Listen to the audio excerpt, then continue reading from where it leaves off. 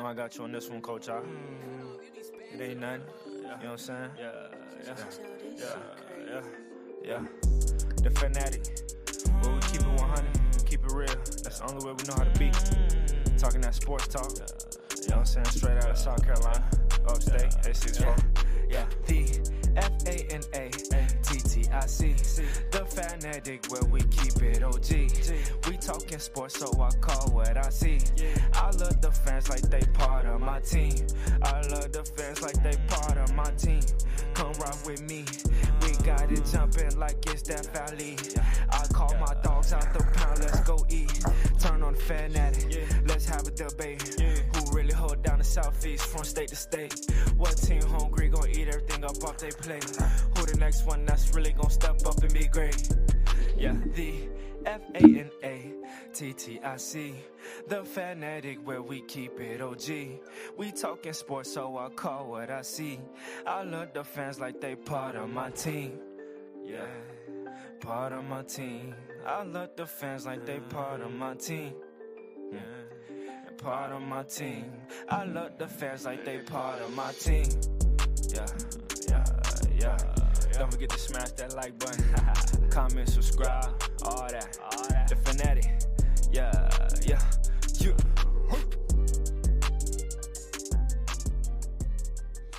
What's going on, college football fans? It's Saturday Night Snap Count, man. We talk college football wrap up, man. Y'all know it's the preseason.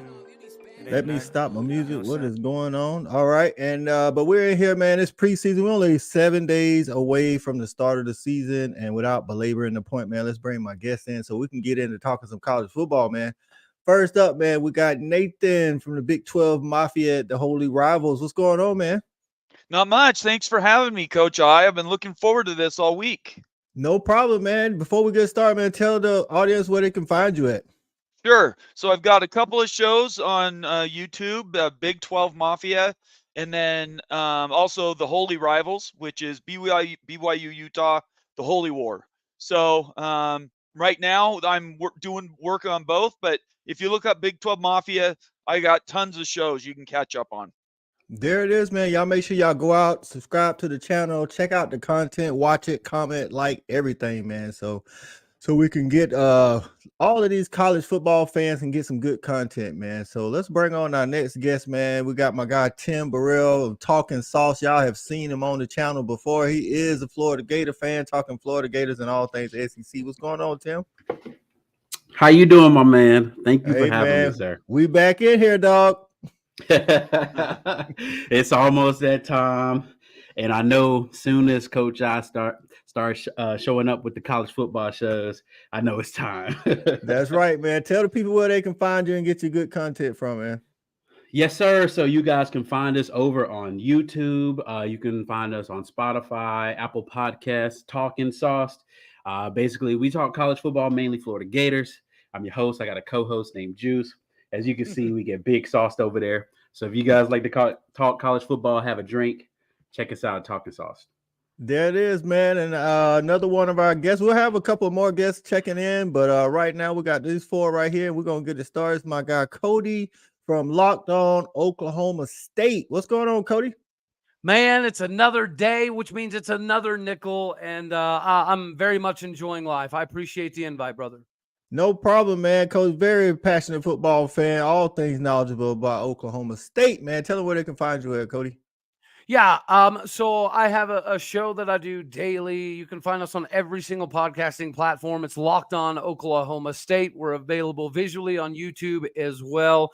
You can find me personally on Twitter at All Day O State. I have a All Day O State Facebook and O State All Day Instagram as well. There it is, man. Listen, we got college football covered today, man. We got the Big 12, we got the SEC. We'll have some ACC join us, and maybe even some Pac-12. We'll see, man. But we're going to jump right into this thing, man, and talk about the recently released AP Top 25, fellas. All right, man. So what we're going to talk about is, did you guys see anybody that shouldn't be in there, ranked too high, ranked too low, things of that nature? Nathan, I'll let you go ahead and start, man. Except for not having BYU number one. I am not sure where you could be wrong. No, I think it was pretty fair. Obviously, the last probably 15 to 25. You could interchange anybody in the top 35, give them a shot. So no, I don't think so. It looked pretty fair, and I think everybody's got Penn State high on their list. So Yeah. if you're cheering for them, I think that they could be set up for a good year. Okay. Cody, I didn't see your guys up in there, man. Did you feel like they should be in the top 25, or are they justly not in the top 25? What'd you No, think? man, I do think that all the turmoil that happened last season, right? It was the worst Yeah. year in Oklahoma State since 2005. We had a lot of stuff go on. We did have some transfers. So I understand the national perception is we're in a complete rebuild. So I kind of get it. Now, one interesting fact, though, this is the first time since 2008 that Oklahoma State has received 0 AP votes. Woo. So I find that kind of interesting. But you know what, man? Some people are better being the hunter as opposed to the hunted. And to be honest with you, when we're the hunted, we find a way to screw the pooch. So I don't mind being in this position. I feel the Okay. same way about BYU, by the way. Whenever BYU's counted down, they always play well that season. So I'm glad they're not in the top 25. Well, you got to come to Stillwater to end the season. So I know it. I know. That's get right. it. That's right, man. Hey, so Tim, man, you guys got Utah, who came in at 14th on the AP poll, but you know the Gators aren't there. That's not a usual place for the Gators not to be in the top 25, man. Yeah. With all, Billy Napier's second year as the head coach and your first round QB going to the draft and your whole offensive line gone, all but one returning starter. Yeah, I mean, I wouldn't be surprised if we weren't there either, right? I do think Florida is interesting with all the transfers that they brought in. They've got some very interesting prospects around the transfer portal, and we all know Graham Mertz start QB. So it'll be interesting to see. We've seen many transfer QBs come into new schools who have struggled maybe at their past school and seem to fit right in. And I always look at this. And I know that everybody's not Joe Burrow, but if you go back and look at when he transferred to LSU, nobody was expecting him to go and turn out to be what he is. So it's all about, the right fit, the right scheme.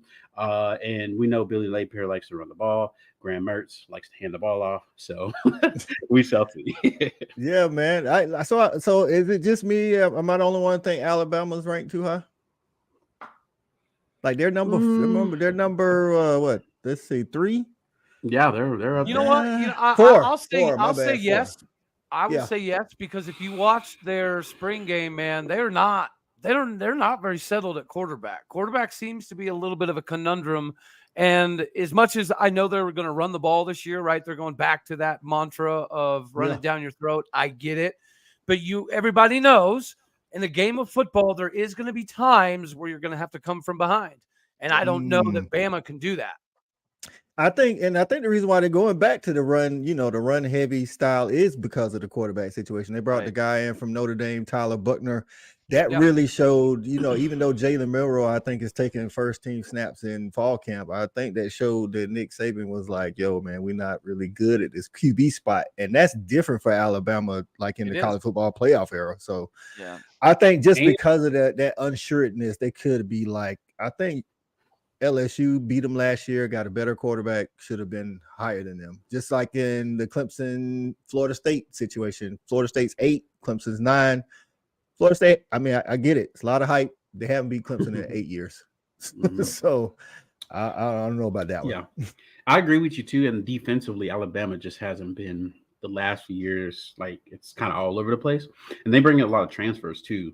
So it'll be interesting to see how they plug and play. I know like on the back end, they're kind of a lot of transfer heavy there. So with the team that wants to run a lot, you got to be pretty solid on the defense end. If not, you might struggle. So we'll see how they look. I think you hit it right on the head, Florida State, for me, when you look at that list too. It's kind of weird to see Clemson ranked behind them. And I think it's a lot of projection on how they kind of ended the season.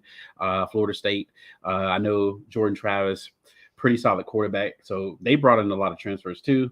It'll be interesting to see how they kind of plug and play some of those guys and see if they can finally get over the Clemson hump. But But like, I like Clemson more myself. We always remember the good things that teams did. Like, for South Carolina, Right. they talk about, they beat Tennessee, they beat Clemson, but they don't talk about Notre Dame beating them in the bowl game. They talk about Florida State and everything that they did. But I watched the Florida State game in rivalry week, and they struggled with a mediocre Florida team. You know what I'm saying? Like, to the whistle. So, I mean, some of the hype, I think I think Florida State's a big name, regardless of whether they're good or not, So I think some of that comes into play as well. You know what I mean? So if that had been first, say, I don't know, Virginia, they wouldn't have Virginia in the top 10 like that. You know what I mean? I'm excited to see. I think what was it? They play LSU early, right? First game, yeah. So Week 1. I mean, we're gonna find out very quick what's about to happen to Florida State. So yeah, I'm excited to see that game. I'm actually really high on LSU myself. How do you guys feel about LSU? I'm gonna let y'all go ahead with on you that on one. LSU. Yeah, I think you look. Let's talk about the whole SEC. Yeah, you could go 6 teams deep, right? And so You think? I think they're all good. I do. I think you can. I think Auburn's going to be better this year. Okay, I can give you that. And Tennessee, even though they lost the quarterback, they're still loaded with skill position players. That's true. So, I wonder about Joe Milton's accuracy in the intermediate passing game, though. Right, because true. He can throw it a million miles, but again, like the media remembers what they want. They beat Clemson in the bowl game, but in the rivalry week game against Vandy, he couldn't hit an open target to save his life. So, sure.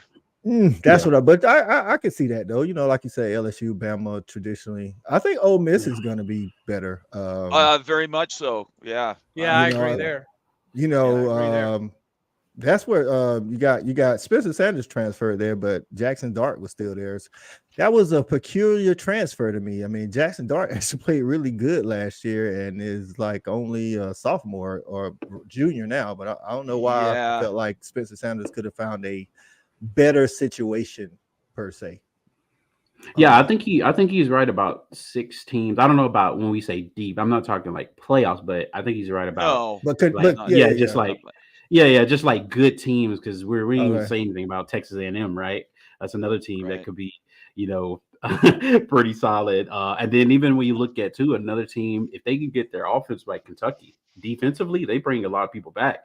If Kentucky they got Devin Leary from NC State. Devin Leary, and I think that's actually kind of a quarterback upgrade from Will Levis. Even though Will Levis had the physical tools, I feel like Devin Leary has proven it more on the field. Greg Swain, what's going on, man? He says who will be Ole Miss quarterback? It's going to be Jackson Dart. He's already named him starter. That's why I say I felt like it was kind of peculiar for Spencer Sanders to go there. Did you know any of his other choices, Cody, when he was looking to transfer? Well, I know in the very beginning, there was a pretty serious conversation with Auburn. And then there was, at least to some degree, the thought that he could come back, or at least he thought he could come back to Oklahoma State. He thought that was in his back pocket. Gotcha. And Mike Gundy decided that no, he didn't have it in the back pocket anymore. And then so he kind of got scrambling. But I do believe, here's the deal, guys. In today's age of college football, mobile quarterbacks are phenomenal. They're almost the name of the game now, right? But none of them make it through the season unscathed. Almost virtually none of them.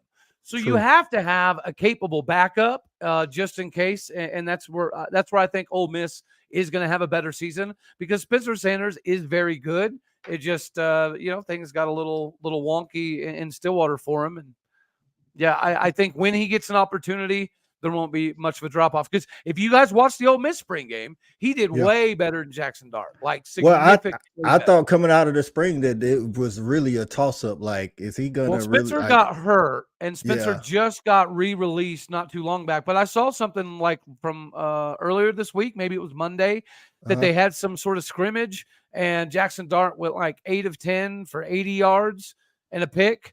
And Spencer Sanders went like 8 of 16 for 140 yards and a pick and a touchdown. Maybe Lane puts in some packages for Spencer until he gets back 100% or something. Well, buddy, that's the Spencer Sanders experience. He does crazy stuff, puts up crazy yards, but he comes with interceptions, right? That's just part of the gig. But Lane Kiffin's is such an offensive mind, and I've said this before, even in Stillwater.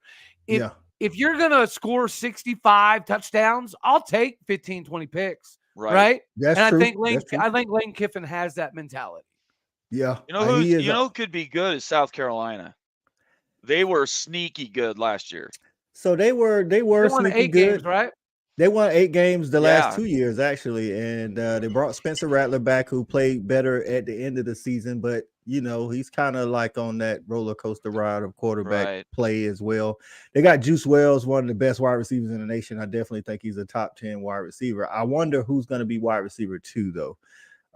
They did get the 5-star recruit Nicholas Harbor, but he hasn't had much time at wide receiver, even though he runs like a 10-200, but I just wonder about the weapons. And I know South Carolina fans, they jumped all on me on my South Carolina, North Carolina preview talking about they say they have a lot of weapons. I say they have a lot of unproven weapons. Anytime I'm talking about weapons, I'm talking about people we've seen in college do it regardless of where they came from. I'm not talking about potential because if we're just going off of potential and recruit rankings, then let's just not play the season and give it to Ohio State or UGA. And Ohio State can't even beat Michigan. So it's like you gotta give me more than just recruit rankings and things of that nature. But we'll see what that offensive line for South Carolina looks like.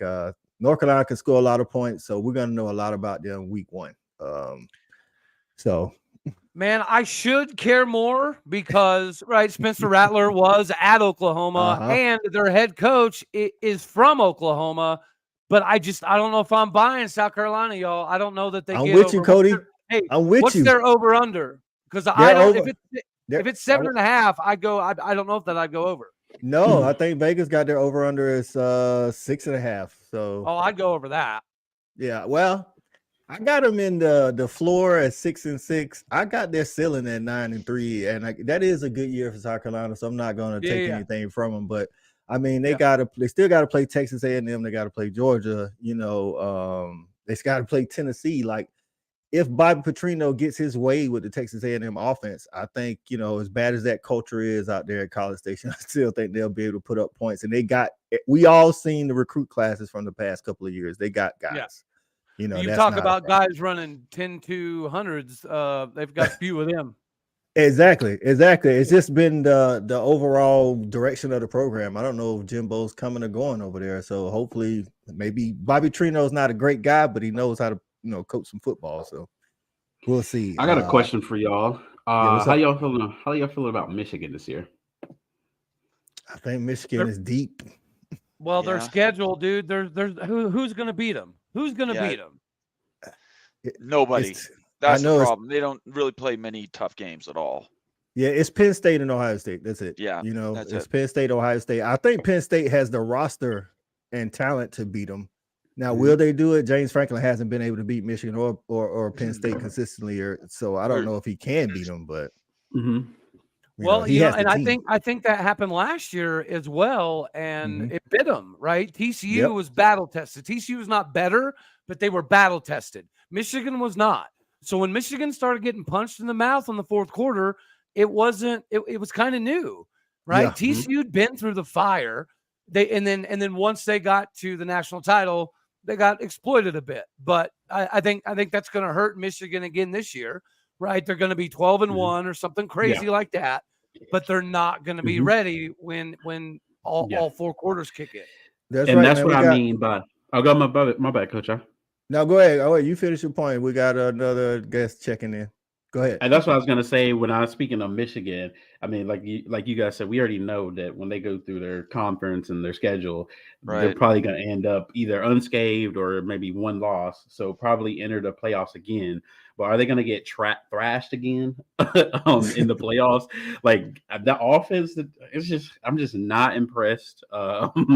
It's when they got to score points. And they play a team like Georgia, who probably, one of the most balanced teams that they've had in a long time last year. Or even, what was it, the year before, right? They played Georgia. Yeah. Brain fart. But still got thrashed. But when they go play a team who can score points, can they put it together? Like, I'm not impressed by their offense at all. Well, we got another one. We got a guy, Jason from Hall of Fame College Football checking in. What's going on, Carolina Cook. What's up, fellas? How's it going, man? Chilling, man. How you relaxed? Yeah, what do you Chilling. got? What's your setup there, part timer? What are you doing? Chilling, man. I've been sleepy headed, so I didn't make it to the studio, but I'm chilling, man. Seeing how you guys are up to. Yeah, man. Talking a little top 25, man. People rank too high, too low, whatever. We was talking about Michigan. Yes, what do you feel about Michigan? I thought they got a deep team, but they said they don't get to play a lot of people in the regular season. So when they get to that first, round, they meet up with a team that's been battle tested. It's not very good, but because they got Penn State, Ohio State, but they're, that's the only two games. You know what I mean? Hey, I tell you what, Coach I, this is perfect timing. This is perfect timing because I'm pretty sure next we were going to talk about your best friends, the USC Trojans, and where the hell they're ranked. Like they are ranked. We've glossed over what that situation is. If we're talking about two deeps, you're telling me USC has a top 5 2 deep? No, man. No. So USC is 6. Are they too high or too low, Nathan? Too high, too low? It all comes down to their defense. Did they recruit enough defense? They know. I mean, everybody knows Williams is going to get touchdowns. Guy's fantastic. He's a great athlete. They got some good receivers, but can the defense stop anybody? If every game goes down to 45-46 with whoever has the ball last, they're going to lose a couple games. But if their defense even plays top 40, they don't even have to play top 10. If their defense plays top 40, I think USC probably only loses 2 games during the season. I think they lose to Washington, and I think they probably lose again to Utah. If Cam is well. Yeah. So Greg asked, of the 4 remaining conferences, which has the best parity? I actually think the Pac-12 has the best parity. I think I don't know if USC. I don't know. I think they have a good team. I want to see how physical they are, not just on defense, but in the trenches. Because Bear Alexander recently made a comment. He didn't just make it. They asked him a question about how physical the defense was. He said just as physical as Georgia. I'm like, wow, that's a big jump because Utah normally runs the Pac-12. You know what I'm saying? Utah normally runs the Pac-12 with physicality. That's why. That's right. And I'm like, you gotta. And I told a guy on Twitter, I'm like, you gotta match Utah's physicality before y'all coming for the champ, bro. I'm like, that's a big jump from no defense to just as physical as Georgia. Like, come on, bro. Let's keep it real, man. I guess what they went 11-2, so I can give them top 10. I don't know. They're 6 behind LSU, Bama, Ohio State, Michigan, and Georgia. So I could have put Penn State in front of them. I could have put Penn State in front of them. Yeah, they ought to be swapped. Go ahead, swapped with Clemson. They ought to be swapped with Clemson, man. And I can see that. I can see that. I mean, come on, man. You're gonna have that offense going with an actual defense, And I know what you said last week about that they ended up in the 50s, but Alex Grinch took over a top 30, top 40 defense. Yeah. At Ohio State and sent it to the dumpster. Man, and they still haven't recovered from it. Well, just like I say, I need to see players do it. We need to see coaches do it. Like Grinch has defensive acumen for what I've always heard, but I haven't always seen it. So I don't know what that's about. Yeah, ask those Buckeye fans what they think about that. You know what I mean? It's like that's all I know. It's true. I would go the opposite there, Coach I. And let me tell you why. I would definitely say the Big 12 has more parity because parity basically means that you have to show up every week, right? Because anybody can beat you. That's the way I look at it. Okay. Does Utah have to worry about losing to Washington State or Stanford or Arizona or Cal? No, they don't. Does every single school in the Big 12 have to worry about going to Lawrence, Kansas? Yes. Yeah, bro. That's a good point. I think when you're talking parity, like the Big 12, it's a war. And again, just like TCU was more prepared than Michigan last year because TCU had been punched in the mouth way more. Yeah. I think you make a good point there because you're right. I feel like the Pac-12 is 6 teams. The top 6 teams is Utah, Washington, UCLA, Oregon State. So I get what you're saying. Yeah, 'cause There's you- no even Cal. this There's year. no Cal in the Big 12. Right. exactly. Cal. Cal or There's no Stanford. Stanford's Stanford. terrible. Right. Stanford won 3 Stanford's games so last bad. year, bro. Yeah, They're there's like none of those in the Big 12. I got you. We could say Colorado, but not so fast, my friend. They're coming. Yeah, I think with a year or two they'll be better. I know they do have talent on the team, Correct. but putting all that talent together, it literally is like a brand new team, you know, and putting all that talent together with chemistry and everything, and their schedule is unforgiving. So have to go to TCU very first game, 12 o'clock. It's gonna be like 100 billion degrees down at TCU. That's true.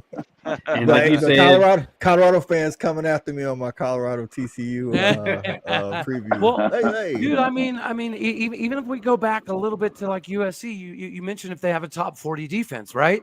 Yeah. I think that their starters, USC starters on defense, because they did get Bear. They also got Mason Cobb from O State, and he was phenomenal. Mm-hmm. Their defense their first stringers are amazing, but the war of attrition. Right, as the season goes, you're going to have injuries. You're going to get beat up. Your O linemen are going to have to get extra tape.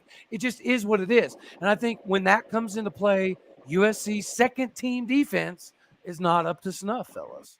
I think that's a good point too. Depth is how you win championships. So anybody trying to vie for championships, because you always have if this guy wasn't hurt. Well, if he got hurt game 6 and you didn't have a guy behind him, then you didn't have depth. You know, like if it took you 6 games and you couldn't get somebody ready.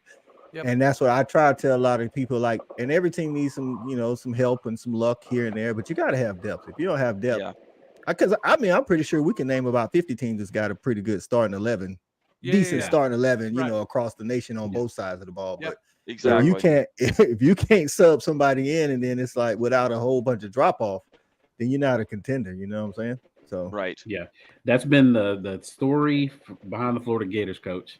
Is they always have a talented team. It's just when somebody goes down. It's not good. It's not good. Right. So well, let's be honest about that though. How many teams actually go 2-3 deep? Not many. Think the same teams that we see 15, every year. 15 teams. Well, I think USC goes 2-3 deep offensively, almost all the way across the board. Yeah, I'm just talking about in Well, general. yeah, they got 16 wide receivers and stuff. Yeah, they're good there. Well, the teams who recruit quality and quantity are the only ones who can plug and play a guy when your right tackle goes down. You could just input a freshman right into that. Probably somebody like Georgia would be able to do. So Alabama, those type of schools would be able to just plug and play. So I think Nathan hit it like some teams that you have to do it right. You have to do it in the trenches on both sides of the ball. If you're not deepest in that spot, you're not gonna be able to withstand what you're gonna go up against in the definitely in the playoff. You know that hurt LSU in the SEC championship against us. They had a good start in 22, but once they got into the third and fourth quarter, we jumped out on their starters, so now their starters are tired, and you got to bring in some backups, and it's like they just didn't have the depth to go toe to toe. And you're right, there isn't about, like you say, about I think it might be 10 teams that has it. Like they're not a lot. Both sides of the ball, And the problem too is, coach, whenever these teams, when they input someone, it's probably a position switch too. Like that's the real problem. They'll have to input somebody who doesn't even play. Like for example, Florida right now, we have a defensive end went down, and we pull a defensive tackle to a defensive end spot. So when you have to literally change somebody to that position, and they have to start doing stuff differently, and you have to rely on him, what happens when he goes down? The guy who switched positions completely, then you're definitely in the tank, right? Exactly. Yeah, for sure. So with that said, man, let's talk about some players to watch from all of these teams, man. Like I want to start with a wide receiver, Rome Odunze. Like I know Marvin Harrison is widely considered the best wide receiver in the nation, and I agree. But I think when it comes to the draft, depending on who runs the best 40, who has the best measurables, Rome Odunze might give him a run for his money. I don't know. Oh no!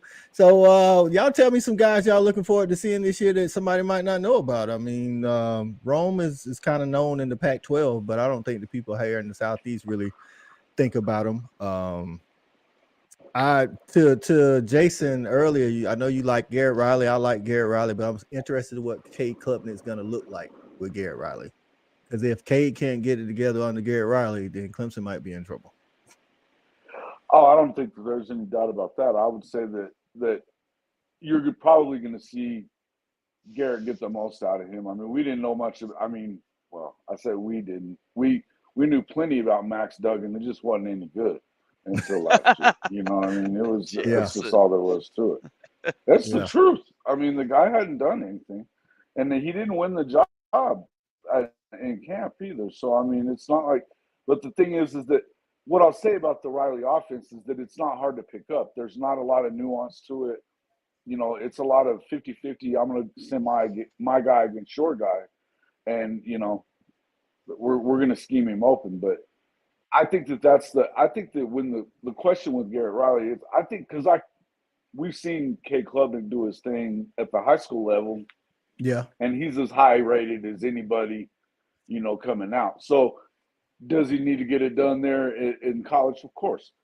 I also think that he's in a good situation to be able to do that now. But the question would always be whether or not they're going to be playing fast enough to keep the defense fresher, you know, because you saw with Streeter last year, they had a lot of 3-and-outs. You know, had a lot of 3-and-outs with DJU and Streeter. And so it was hurting them a lot. And I know a lot of it, too, was that the receiving core was a little lacking, too, you know? Yeah, I think it should be improved. I'm still interested. I know one of the freshmen that came in, Tyler Brown, he's going to be playing in the slot. He's more like one of those jittery, make you miss in a phone booth type guys that they haven't had in a while. But I still wonder on the outside what they're going to have as far as going over the top, like the T. Higgins, the Mike Williams that they used to have. So what about the Big 12, Nathan, man? Who should we be looking out for in the Big 12, man? BYU. Look, BYU is an enigma, right? If you're betting against BYU, you're running the risk that you're getting under advertised. And if you run them as front runners, you're maybe over analyzing them. I think they're between a 7-5 and a 9-3 team. There's two games that I think they could steal if the opportunity's right. One of those is Oklahoma at home in November. So when I talk BYU, I don't even think about the offense. The offense the last 5 years has been top 20, top 25 every year. But we got to talk defense. And I was just doing my homework because I'm not great with names. But we got a new, I want to say he's a DB. His name is Eddie Heckard, and he transferred from Weber. He was all FCS last year. Weber is an FCS school. And he's actually bid out to be top three rounds in the NFL next year, maybe even in the second round. So if they can gel as a defense, because that was the problem the last 3 years, is their defense was, you know, rush 2, drop 9. It was horrible. And so if their defense can stand up, that's where the two games could come. So when I talk about games they could steal, I think they could steal Kansas, although that'll be tough in September, and then the Oklahoma game. So where do you get Oklahoma? At Oklahoma? At November 20th, Jason. I can't remember that date. Yeah, I think that's right. It's late. It's late November. I can't remember. Second to last game of the season. It's in Provo. Oh, yeah, it is a tough place. It's a tough place to play. Oh, Provo's. Hey, ask Miami how it is. Yeah. Provo is definitely a tough place to play. That's for sure. Cody, I was watching your video, man. You talking about the quarterbacks at Oklahoma State, man. Alan Bowman and company. So is that something we should be watching for? Like, is Oklahoma State going to go as the QB goes? No. Oklahoma State's going to go as the running game goes. I think we're in a position where it's more about game management. This is the first time Oklahoma State's gone 3 deep on the offensive line in 11 years, legitimately. So yeah, and we got the Michigan State transfer at running back. We got the 4-star guy that turned down Texas, Ollie Gordon. So yeah, the quarterback battle, it's going to be pretty simplistic. Because the plan for attack this season is way different than you've ever seen out of Oklahoma State in this day and age. But, if I were to mention a guy that everybody should watch from Oklahoma State, it'll be our safety, Kendall Daniels. 6'5", 225 pounds. He runs a 4.49 40. He's a baller. Whoa. That's Yes, like he was the number one Sounds player like in Cam Oklahoma. Chancellor. Yes, Yeah, he was the yeah, number yeah, one yeah. player in Oklahoma 2 years ago. He went to A&M, but Jimbo Fisher let him out of his letter of intent before spring. Wow. Came to Oklahoma State, and all the whole time he was on scout team, that's all you heard about was this Wow. dude was just destroying everybody. And then now we have him this year, and it looks absolutely phenomenal. And then I'll give one not from Oklahoma State, Brennan Armstrong. Y'all remember that Virginia quarterback that transferred to NC State? Yeah. I think that dude's gonna have a monster season. What's crazy is the year before Tony Elliott got there, he was a baller at Virginia, and then Tony Elliott came in more with some pro style, run heavy principles, and it wasn't a good marriage. So I'm interested to see how that one, because like you say, Devin Leary played good in that NC State offense. So I think Brennan Armstrong definitely has the physical tools to definitely get it done, and they've been a thorn in the Seminole side, and giving Clemson some good games, and then beat them one time, here recently. So if he can pan out, maybe the ACC isn't just Clemson and Florida State. Maybe NC State may, because they always have a good defense too. So in Florida, Tim, give us a Florida player to watch, not the running backs, and then somebody outside of Florida. Yeah, let me give you Jack Miller. No, I'm just kidding.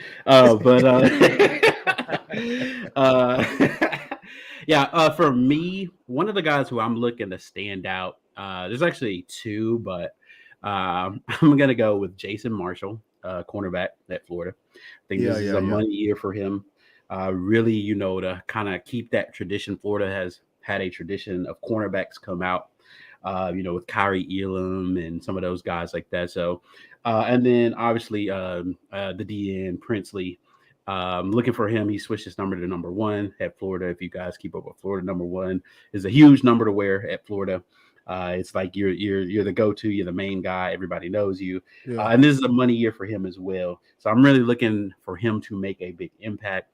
I'm also as well beyond just Florida. For me, I know these are names everybody know, but quarterbacks. So Jaden Daniels, Bo Nix. Both of those guys, I like quarterbacks who have to kind of put through adversity, have to kind of switch it up, go to a whole different school, new scheme, new coaches. So I'm looking for those two guys to really see. This is a money year for them too, right? These guys can probably make a ton of money. So, and I've always been a big Jaden Daniels fan. I know even when he was struggling, a lot of people kind of threw him off the boat, but I still saw the talent in the kid, and so that's what I'm looking for. I think Bo Nix, people gonna try to look. They've been watching him to see if he can replicate what he did last year, because we got 3 good years of him not doing anything at Auburn. I'm just saying. And now he went to Oregon, and of course in the first game they played the Dogs. Everybody's like, "Oh, Bo Nix, same old Bo Nix," and then going forward they're averaging like 40 something points a game or something. So I think the NFL is watching too to see if that was a fluke. He lost his OC. I was going to say, with Dillingham's not there anymore, I wonder if it's not going to be the same thing with him. That's what I worry about. First year head coach as well. Like that was another thing that for Bo Nix, when you put it into context, that he was dealing with too.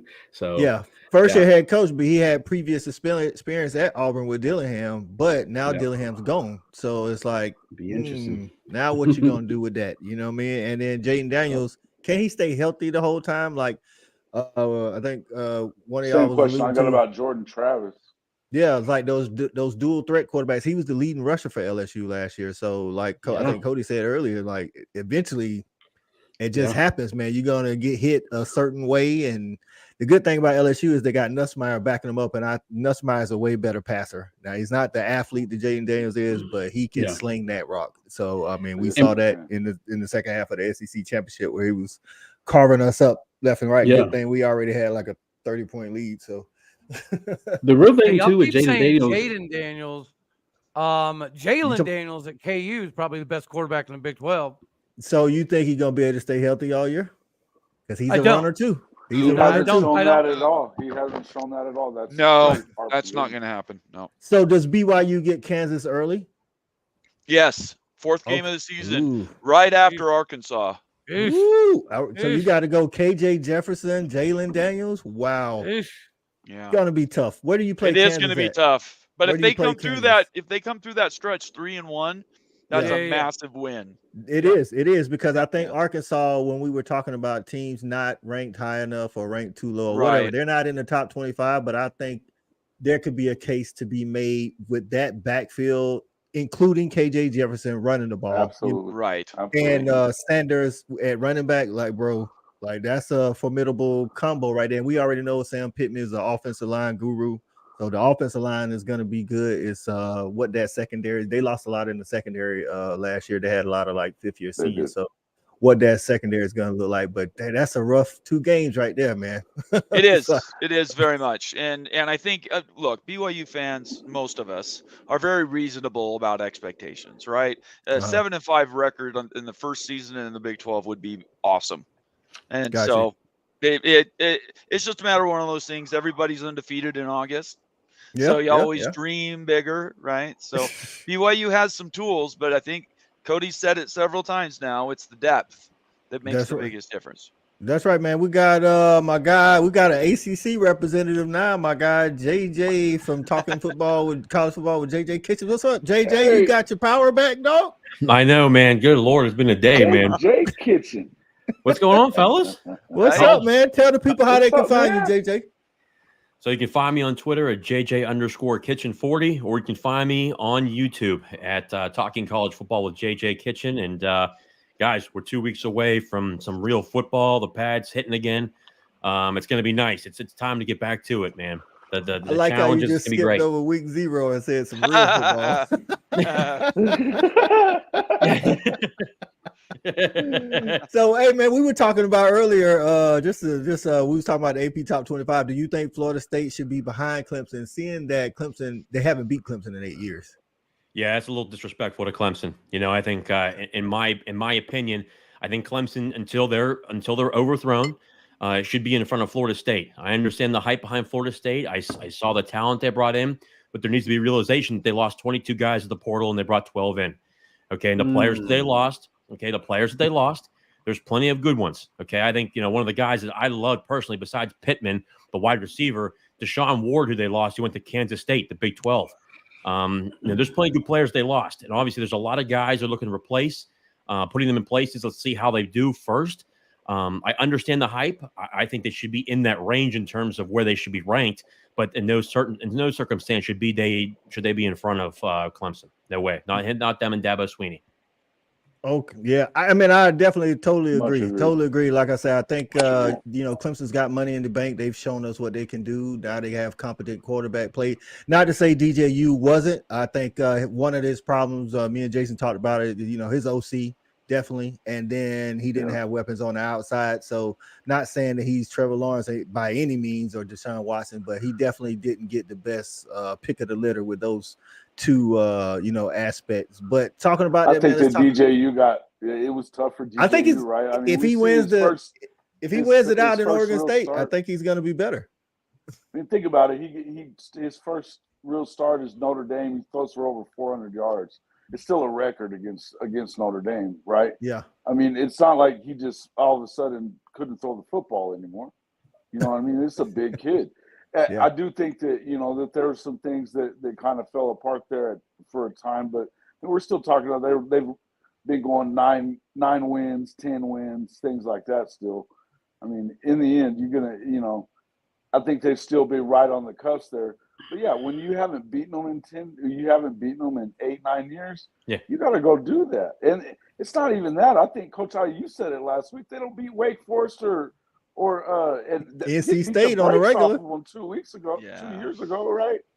Well, it's that's the same team that lost to Miami. It's the same team that lost to Miami last year. When we were talking earlier, it's about what we remember. We remember, and listen, not to take anything away from them going what 10-3 or whatever they went, but if you look at the 3 losses outside of LSU, we're just talking ACC. They lost to the 3 best ACC teams they played. They lost to Wake Forest, they lost to Clemson, and they lost to NC State. And they smashed all of the weak teams. So I'm not saying that they can't do it. I'm just saying I need to see them do it. Like Wake Forest, is a thorn in their side all the time, and I don't know why. You know what I'm Yeah. saying? So, Comfort but it just starts with is. the resume. Comfort starts with the resume. You got to show it first. You definitely got to show it first. So, speaking of conference, let's talk about some conference contenders for each conference. Let's start with the ACC since my guy JJ just jumped in. Give me your conference contenders for the ACC. So really, I mean, I think that the top two at this point is Clemson and Florida State. I'll put them there just because of the talent level. You could never, count out Dabo Swinney, the guy who's been so consistent, whether it's in the ACC or in the out-of-conference schedule. He's done a hell of a job. He's put some guys on his schedule that are never easy, but I think they're the number one team. Florida State would be number two. And then I really put Pitt and UNC at 3 and 4. I think those are the four teams that can really compete. I think UNC, they're going to have a great, obviously, Drake May. I think he's going to be in there, and he's going to be in New York for the Heisman contenders.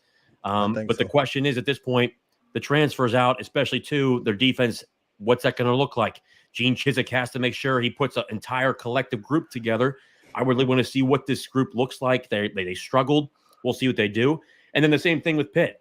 Pitt brings in another quarterback with Phil Jurkovec, reigniting with Frank Cignetti Jr. In 2020, obviously, was their biggest year. Projection-wise, if Phil could have gone out that year, was projected a first-round pick with his size at 6'6", 240 pounds, has a great arm. Pitt's defense will always be there, but there'll be some questions on the outside. What does the depth look like at wide receiver? What does the depth look like at tight end? Those kind of things need to be answered yet. So I think each one of those teams will have questions. How's Cade Klubnik going to play full-time this year with Clemson? Is he going to be that guy that they can finally move forward with? I think DJ was a good quarterback. Obviously, he was pulled back a little bit with Tony Elliott, as you saw with, Tony really struggle with Virginia, even with Brennan Armstrong at quarterback. But there were some deficiencies there. I really do believe that a guy like Cade Klubnik, you saw the flashes, but you need to do it on a consistent basis. If you want to go to the college football playoff and to compete with the best of the best, you got to do it on a consistent basis. So, in my opinion, those are really my four top teams in the ACC to compete for an ACC title. JJ, you don't think Brennan Armstrong can get her did at NC State? Or NC State? That's what I was going to say. I really just I think first, I think they're going to have a chance, but I want to see Brennan bounce back. Was it Tony Elliott? Or was it the system? Obviously he's reuniting with his offensive coordinator, NC State. It's almost like you get the relationships together with each one of these schools. I think they certainly have a shot, but they are replacing a lot on defense as well. Now, under Dave Dorn, they've done a great job with their defense. But the question is at this point, too, I really wanted to put them in that group, but Dave Dorn's he's the perfect guy to never make it. He just, for some reason, he'll lose that game into the end of the year.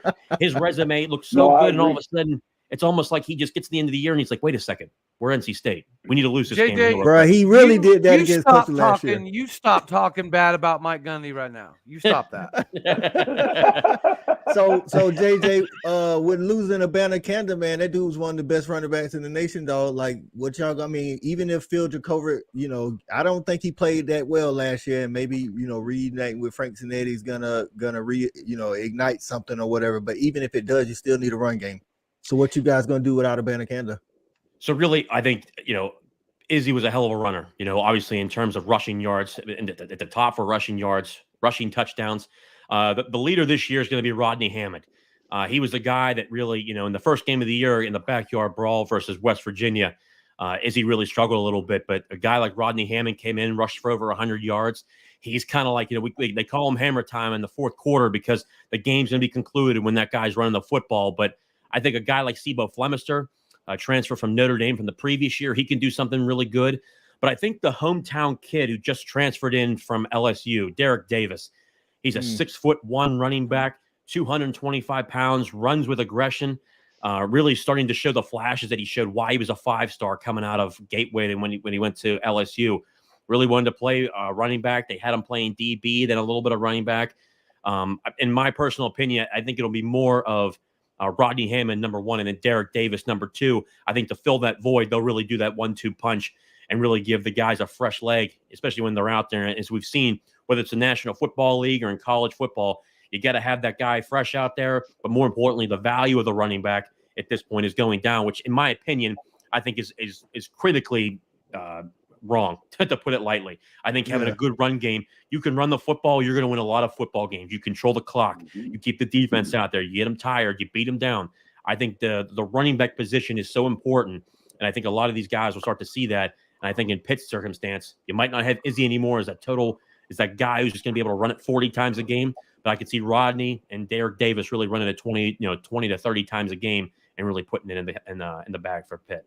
And that's why I asked about the running game, because as I try to tell people, like Tennessee's passing game was good last year. Their running game was decent, but like when they played the teams that beat them, they were able to stop the running game. I don't care who you are. If you cannot run the ball and keep the defense from just pinning their ears back with somebody, I mean, these guys are getting freakier and freakier on this defensive line. And you got to hold them at the point of attack and keep them honest, because if you can't keep them honest, I don't care. I mean, rest in peace, but we saw Mike Leach every year light people up in the secondary, but they couldn't run the ball. So it's like they could never be better than like a 8-4, 9-3 type team. And to be honest with you, watching, when Tennessee came up to Pittsburgh to face Pitt here last year, that game went to overtime. Pitt held Tennessee under 40 yards rushing. That game went to overtime. It was 27-27 going into the final quarter, into overtime. The run game is just so critical, because especially if you're a high tempo offense and you got a 3-and-out and your defense is back out there, you got a chance to get your ass kicked. It's going to be a long day. So you got to start to really replenish the clock, being able to really develop a system where you're able to really narrow and put people down into a hole to where they can't really get out of. That's right. So no love for Miami. I know you ain't got no love for Miami, Tim, but I'm just saying, like, is Cristobal just overrated, everybody? I mean, or what's going on? Why Miami can't get back to Miami? I think it's about it's going to take some time there to get the people that you got to have, and I know that there's not a lot of patience down there. It's kind of similar to Oklahoma in that way. But there's just not a ton of patience when it comes to that. So, if you can't buy up enough talent right away, you may be screwed there. And and to me, I just don't know that they can. I know they picked up a few pieces here and there, and I know all the Josh Pates of the world are going to tell you that they're going to be good this year. I think they're at least a year away, and I don't know how much rope he really has, right? Yeah, well, it's kind of a similar situation that me and Cody was talking about with Brendan Armstrong. Tyler Van Dyke 2 years ago played lights out at the end of the season. Then they got the OC from Michigan, who I said was good, but overrated, because all they did was really run the ball, at Michigan. Then he comes down there and kind of stifles Tyler's development. And, now let's see what he's going to do. But how about Phil Steele having like 4 of the Miami offensive linemen ranked in the all ACC, like first team all ACC. So if you got a first team, I don't know if Phil Steele, sometimes he can get kind of, dramatic with his rankings. But if that holds true, maybe Miami is better, because trenches is where you win, a lot of those elite games. You know what I'm saying? Well, they better daggone figure it out, because as much shade as we all like to throw at Texas A&M for how much money they spent, people forget Miami was right behind them and had a very comparable, terrible season. So A&M and Miami both proved last year you could spend millions and get nothing for it if the culture and everything's not right. I do believe in Mario. I think Cristobal is a good coach. I think he will rebuild everything, but it's just like the Billy Napier effect as well, right? A lot of people are questioning Billy Napier. I think he's a phenomenal coach. It does take a little bit of time sometimes when you're erasing negativity. But Tim can speak to the Florida culture though. Like, they're not patient at all. So like if Napier doesn't get it done, I'm not saying he's getting fired next year, but I'm telling you, Steve Spurrier even said that it's rough down there. Listen, patient is an understatement, coach. They were talking about him before he even coached the game. Yeah. I mean, good Lord. I mean, let the guy try. Well, you could always go get Will Muschamp back pretty soon, I bet. No. So what's the thoughts on Napier now in the Gator Nation, Tim? Oh, it's excitement right now. Okay. You have to look at, and I kind of speaking like Miami too. Miami, when you look under all the fluff, like Miami fans, they live in this like, oh my gosh, we're gonna be good like we used to be. Like they live in that perception. They, with all the legends and stuff they had, they were really good at once upon a time.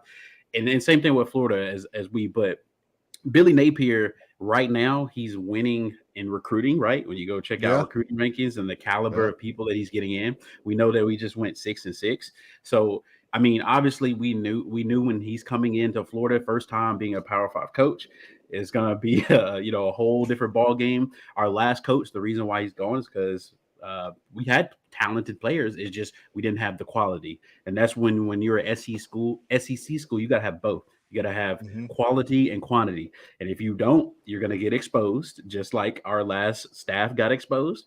When you go into these years of when you have really good guys like Kadarius Toney, Kyle Pitts, and Kyle Trask, and they all leave. And then you come in and you have mediocre guys, and you can't replace that production because you don't have talented young men behind them. Then this is what you get. That's that depth. There you go. That's that depth. That depth. And I think depth. I think Miami, they just have had a history. Like I think they went wrong with hiring Manny. I think that was the wrong decision, in my personal opinion. And now they're behind even more because now you're bringing in Mario and asking him for the world because of his experience over at Oregon, what he did. He had some pretty good players, had some success over there. And now I think Miami fans are looking at it and they're like, well, what's going on? Because even when you look at recruiting, they're doing okay. I know they're bringing in a lot of transfers, but I think we just all have to kind of pump the brakes, especially as a Florida fan. You hired a guy in Billy Napier that you knew that it was going to take 3 to 4 years. This guy is a brand, even though he coached at the Rage of Cages, he's still only been coaching for a few years. He's got a lot to learn. I know the Saban tree and all that. He's going to make mistakes, and then you have hired a guy who doesn't have a flashy offense. You're going to have to be patient. You're gonna take some woes on the field. Florida's coming off historic bad defense in the history of the University of Florida, and then not only that, you're coming off. You just lost a first-round quarterback, right? Very talented kid. Only stayed there 1 year under you. So for me, it's going to be very interesting where Florida is. But I'll go ahead and get to the topic of SEC competing, and I'm going to go ahead and obviously. Coach I, it burns me to say this, but Georgia, I mean, dude, you just can't. I mean, you guys are loaded. You just announced your quarterback, Carson Beck. Well, I mean, announced it to the world. I mean, I've been telling people like for 2 years. Eventually, he was going to be the guy because he could sling that thing. I'm very familiar with Carson Beck, Florida, Georgia. So, and then there was a whole thing with Anthony Richardson. Remember, he decommitted and all this stuff. So, but I'm a big fan of Carson Beck. I think he'll fit right in of what you guys are going to do. It'll be interesting to see for me with kind of Stetson Bennett, how he could run, when, the pocket was moving, how he able to get those quick, easy yards. So they'll be interesting to see what happens when he has to get out of the pocket. And then y'all's receivers too. I think that's, I don't know from your perspective. I know you guys have Marcus Rosemary Saint, and then what was the other kid from Florida that you got? Super fast. CJ Smith. But so CJ is Arian Smith. Arian Smith. Sorry. So we got Arian Smith in one class, and then and people have seen him. But what's crazy is as fast as he is, the dude has about 15 catches his whole, college career. Injuries, for 3 right? Years, injuries. He doesn't run track anymore, so he says he's the healthiest he's ever been. These two-sport athletes, I get that you want to do it in college. College sports is a lot of demand on your body. Very demanding. And so that's been one of his problems. But with the SEC East, I want to see if Joe Milton can be as good as Hendon Hooker. I think Hendon Hooker, now that Joe Milton has shown everybody can throw it a mile, is starting to be undervalued, where he was super accurate. I mean, their offense isn't hard. He lost his job twice, right? He's lost his job twice.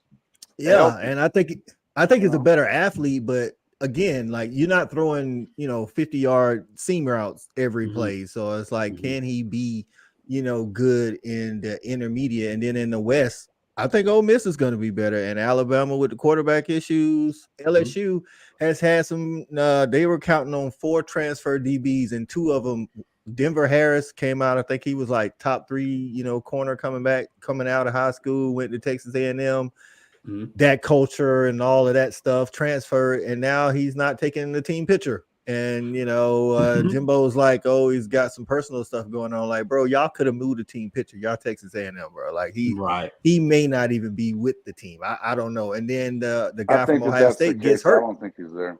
Mm-hmm. Yeah, and then Ohio State, the other projected starter, the guy from Ohio State, he's hurt. He's out for like 4 weeks. So I'm like, right, that back end starting to look a little shaky out there in Baton Rouge. But LSU, Bama, and I think Arkansas could win 10 games. I don't know if they're gonna challenge for the West, but I think if they stay healthy, it's gonna be hard to stop their run game. So what about the Big 12? What about the Big 12? Nate and Cody. Well, who's the contenders? I know Texas is projected to win, but that may not be you guys' sentiment. I'm going to defer to Cody. He's been doing this a lot longer, so I don't want to screw it up. Go ahead, Cody. Well, guys, we were talking about being disrespectful earlier. It is disrespectful to Kansas State to not be in this conversation. Yes, they lost Deuce Vaughn. Yes, they lost Green, the one of the best linebackers they've had in quite some time. Mm-hmm. I understand that, but they replenished in the transfer portal, and they were pretty young as it set last year. Plus, when your quarterback is out here squatting 700 flipping pounds, I don't give a good daggone hoot. And you have Colin Klein as your offense coordinator. And what was Colin Klein famous for? Colin Klein was going to run it just like Tim Tebow. He was going to run it down your throat. You knew it was coming every single play, and they dared you to stop it. And you typically couldn't do that. So, yeah, I think it's disrespectful that Kansas State is not the clear favorite to do a lot of stuff in this conference. Clear favorite? Texas is Texas. They got beat by Tulane last year too, bro. But they did win Texas the conference. Is the easy pick, guys. Like every journalist from here to Kingdom Come has been picking Texas in the preseason every year. Why? Because they recruit good. So everybody thinks like throwing darts at a magical board. Well, one of these years we're going to be right. Okay, sure. For 13 years in a row, they've been picked to win the Big 12. Maybe they'll be right this time. Get out of here. So if we have 4 teams okay, go ahead. Sorry. Go ahead, Nate. No, I was just going to say, so Texas is on his way out, right? Texas and Oklahoma. The problem I have against picking Texas, Oklahoma I actually have a little bit higher on my list, is that everybody wants Texas ahead. Every single team, they could go 1-11, but if the Super Bowl is with Texas, especially if you're playing in Austin, you want to do anything you can to beat them. So I don't think they win the Big 12. I think OU's schedule is easier than Texas. So, I like OU's schedule, but you gotta have a favorable schedule if you're trying to compete. I mean, you can't run out there and play the top team from from everywhere and then still think you're gonna run through everybody. So that's why that helps. That's why the BYU game for Oklahoma is a trap game, because the last game of the season, last game forever, is Bedlam the next week. So BYU absolutely can catch. Oh, it isn't Bedlam last. What's last, Jason? No, it's TCU this year, so it's they even better. They moved it way up. They moved it way up. Yeah, it's like it's like I was about to say it's like mid-season, isn't it? Well, I just like BYU being a trap game. That's all I was trying to say. It's like week 8 or 9, I think, is that's crazy. Bedlam this year, which is it's like the earliest it's been in over a decade. It's stupid, but I just assumed it was the last game. So it is the last game 85% of the time, but not this year. I got you. So what about Texas Tech? No love for Texas Tech. I like Texas Tech. In the Big 12. Oh, I like Texas Tech. Tech. I like Texas Tech. Yeah, they can easily get into the championship. Yep. Here's why I think that Texas Tech has a better shot than most people give them credit for. You start talking about TCU TCU and the run that they made last year. It's all those super seniors that they had. I think there was like 18 of them. Tech, out of their 22 starters, 19 of them were seniors. Their depth is in their experience there. And so the issue that I would worry about with Texas Tech is Tyler Shuck has never been healthy a full 10 games, I even think, Yeah. Bro, that's the best part about Texas Tech. The best part is they got Baron Morton behind Tyler Shuck. So if Tyler Shuck I was going to say that may be the best part of it for them, because I think that Baron might be better too. But that being said, when you start talking seniors and this is going to be a senior-laden team. I think that experience, it proved to help a lot for TCU a year ago, but so we're going to find out. I also feel like could be a year away, but I like Joey McGuire. I think that he's proven that he can get it done out there as far as recruiting is concerned. He's going out and getting guys that were supposed to be going to Texas, but they're talking to Joey instead, and so I think it all becomes a matter of whether or not they can hold on to him or not. But I do like their chance to get there. 19 out of 22 starters are seniors. That's a big That's wow. That's bananas, bro. That is a lot. Bananas. Yeah. That's a lot. So you got Texas Tech, OU, Texas, and Kansas State. Anybody else that we're not looking at hard enough in the Big 12 that might surprise some folks? Well, it's so funny you asked that. I'm so glad that you did. Yeah, man. Like, I'm a film junkie. That's kind of my cup of taters. I get lost in film for hours, and Jason knows. It's my thing, man.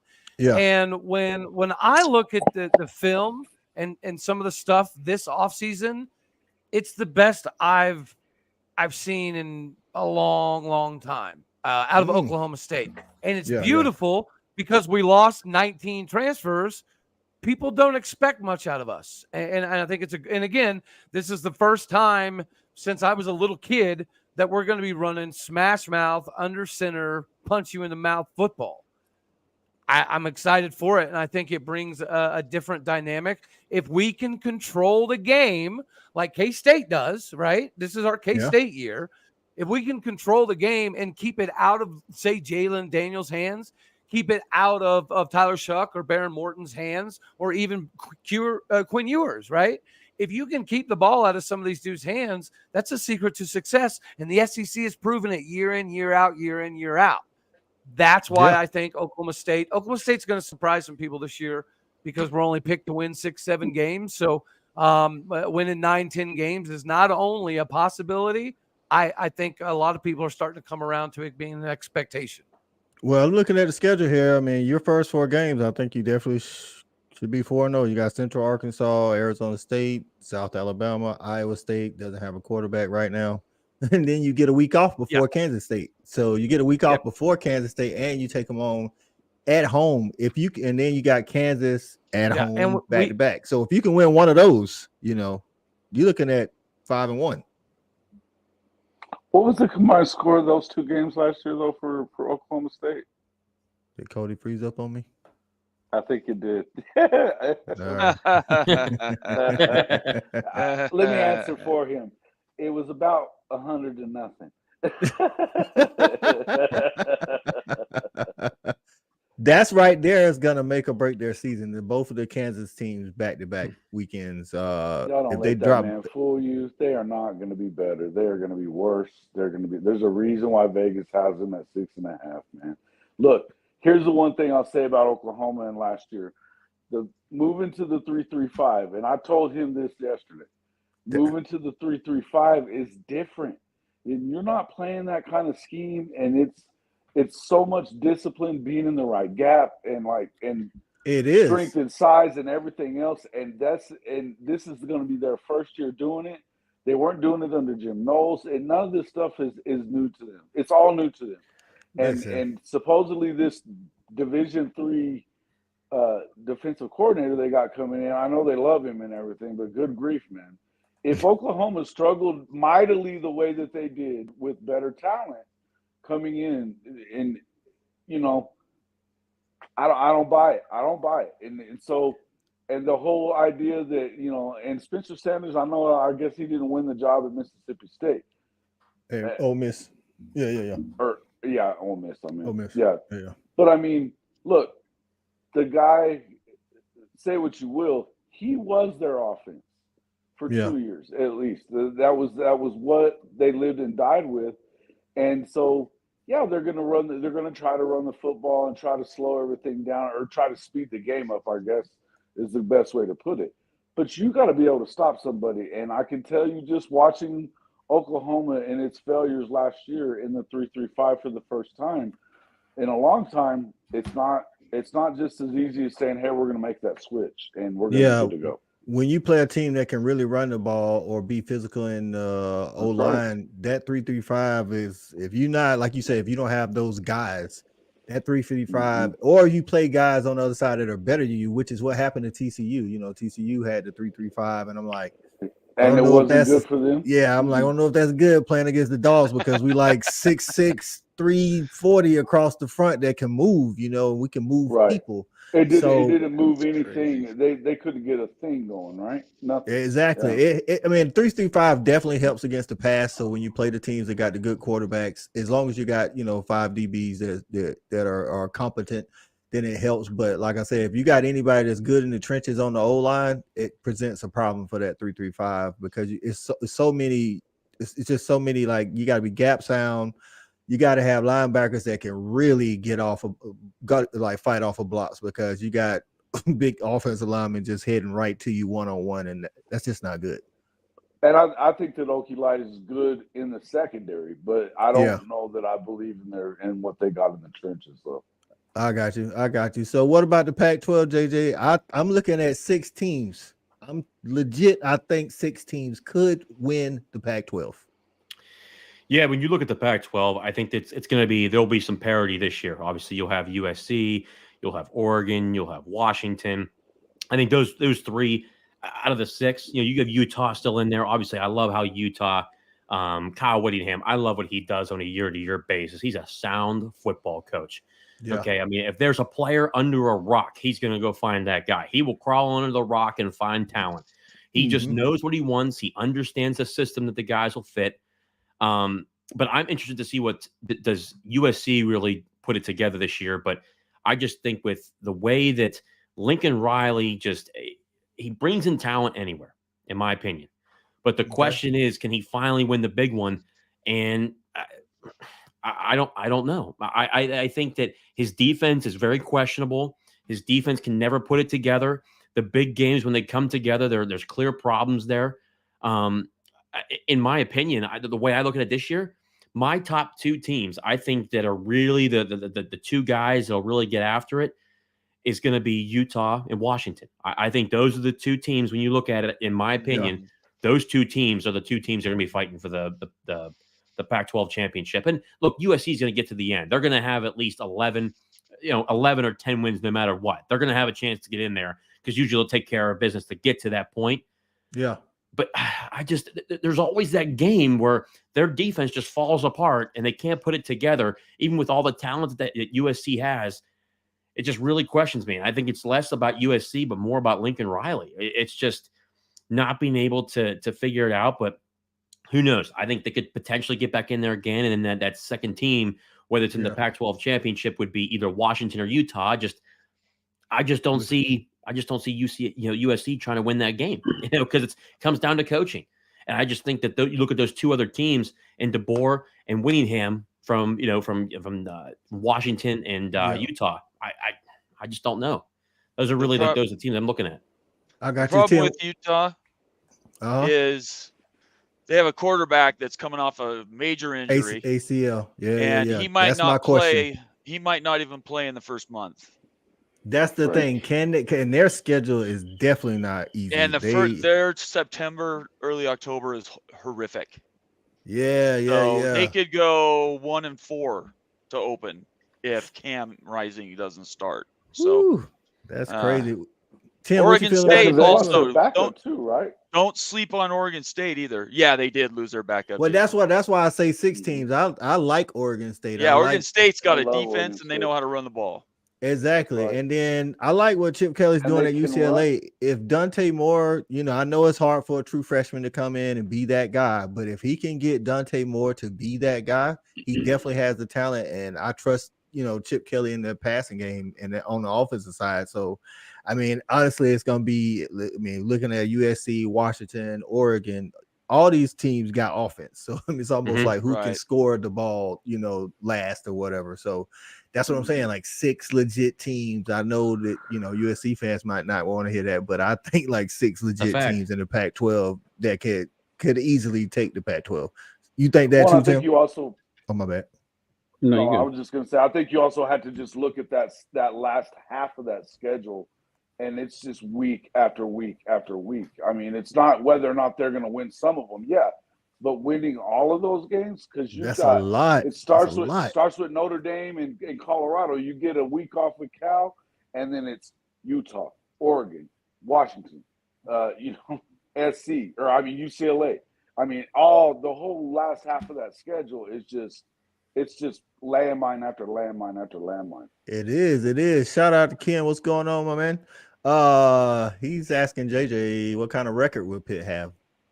JJ. Yes, I mean it's going to be fun to watch, especially with it's going to be good to have the second year with a Frank Signetti offense.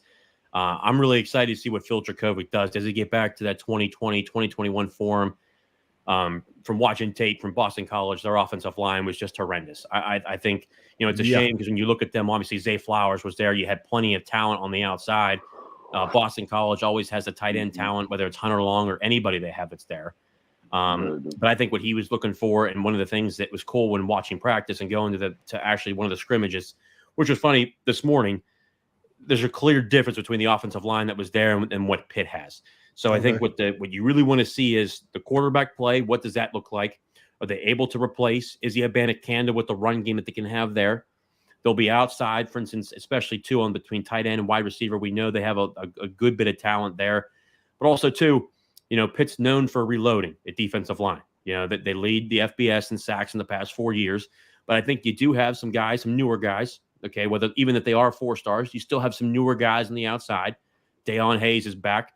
But I think I'd like to see what those guys do. But I think guys like Nakai Johnson, Deion Hayes, Nate Temple, Elliott Donald, Aaron Donald's nephew, I think he's going to have a tremendous year. He's put in the work.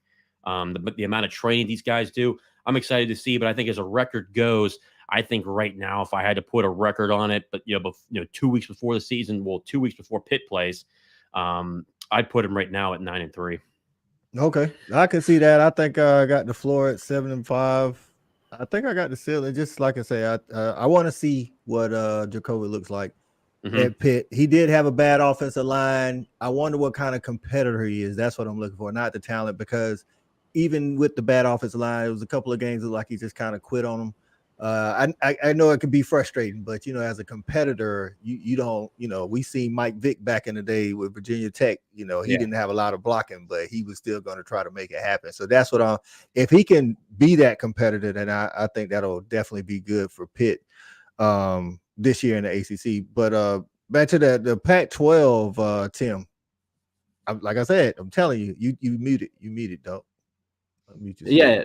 No, sorry. I wanted to ask JJ real quick. How is Deshaun Reynolds looking over there at Pitt? Because I think he Florida transferred. Didn't he Florida transfer over there? Yeah, man. Yeah, I'll tell you what. He'll be in our offense. He'll be that third guy. I think Bub Means. He's had a hell of a camp. He's done a tremendous job from last year. And Konate Mumfield. Those two will be the number 1 and number 2 guys. But I mean, Pitt runs your pro style West Coast offense. He'll be that third guy. I think they said he'll be playing the X. I mean, I'll tell you what, from going to camp and watching him for the first time, one of his traits, obviously, he's not going to be a barn burner. He's not going to be a guy that's going to be able to outrun anybody on the field. I think he still has really good speed. But I think with the slot that where he's going to be at, he's going to be a good receiver. But one of the things I love that what he did especially this morning, you know what? He can catch in traffic, man. I think he does a great job, really, to put it lightly, bully the guys, especially on the inside. I think it'll be a good fit for him. I think that his role in general is just being that guy that's being able to, whether it's creating space or especially too, when you're in traffic, make that catch. But from what I've heard in camp and then what I saw this morning, I'll tell you what, that kid's got a lot of talent. I was kind of shocked.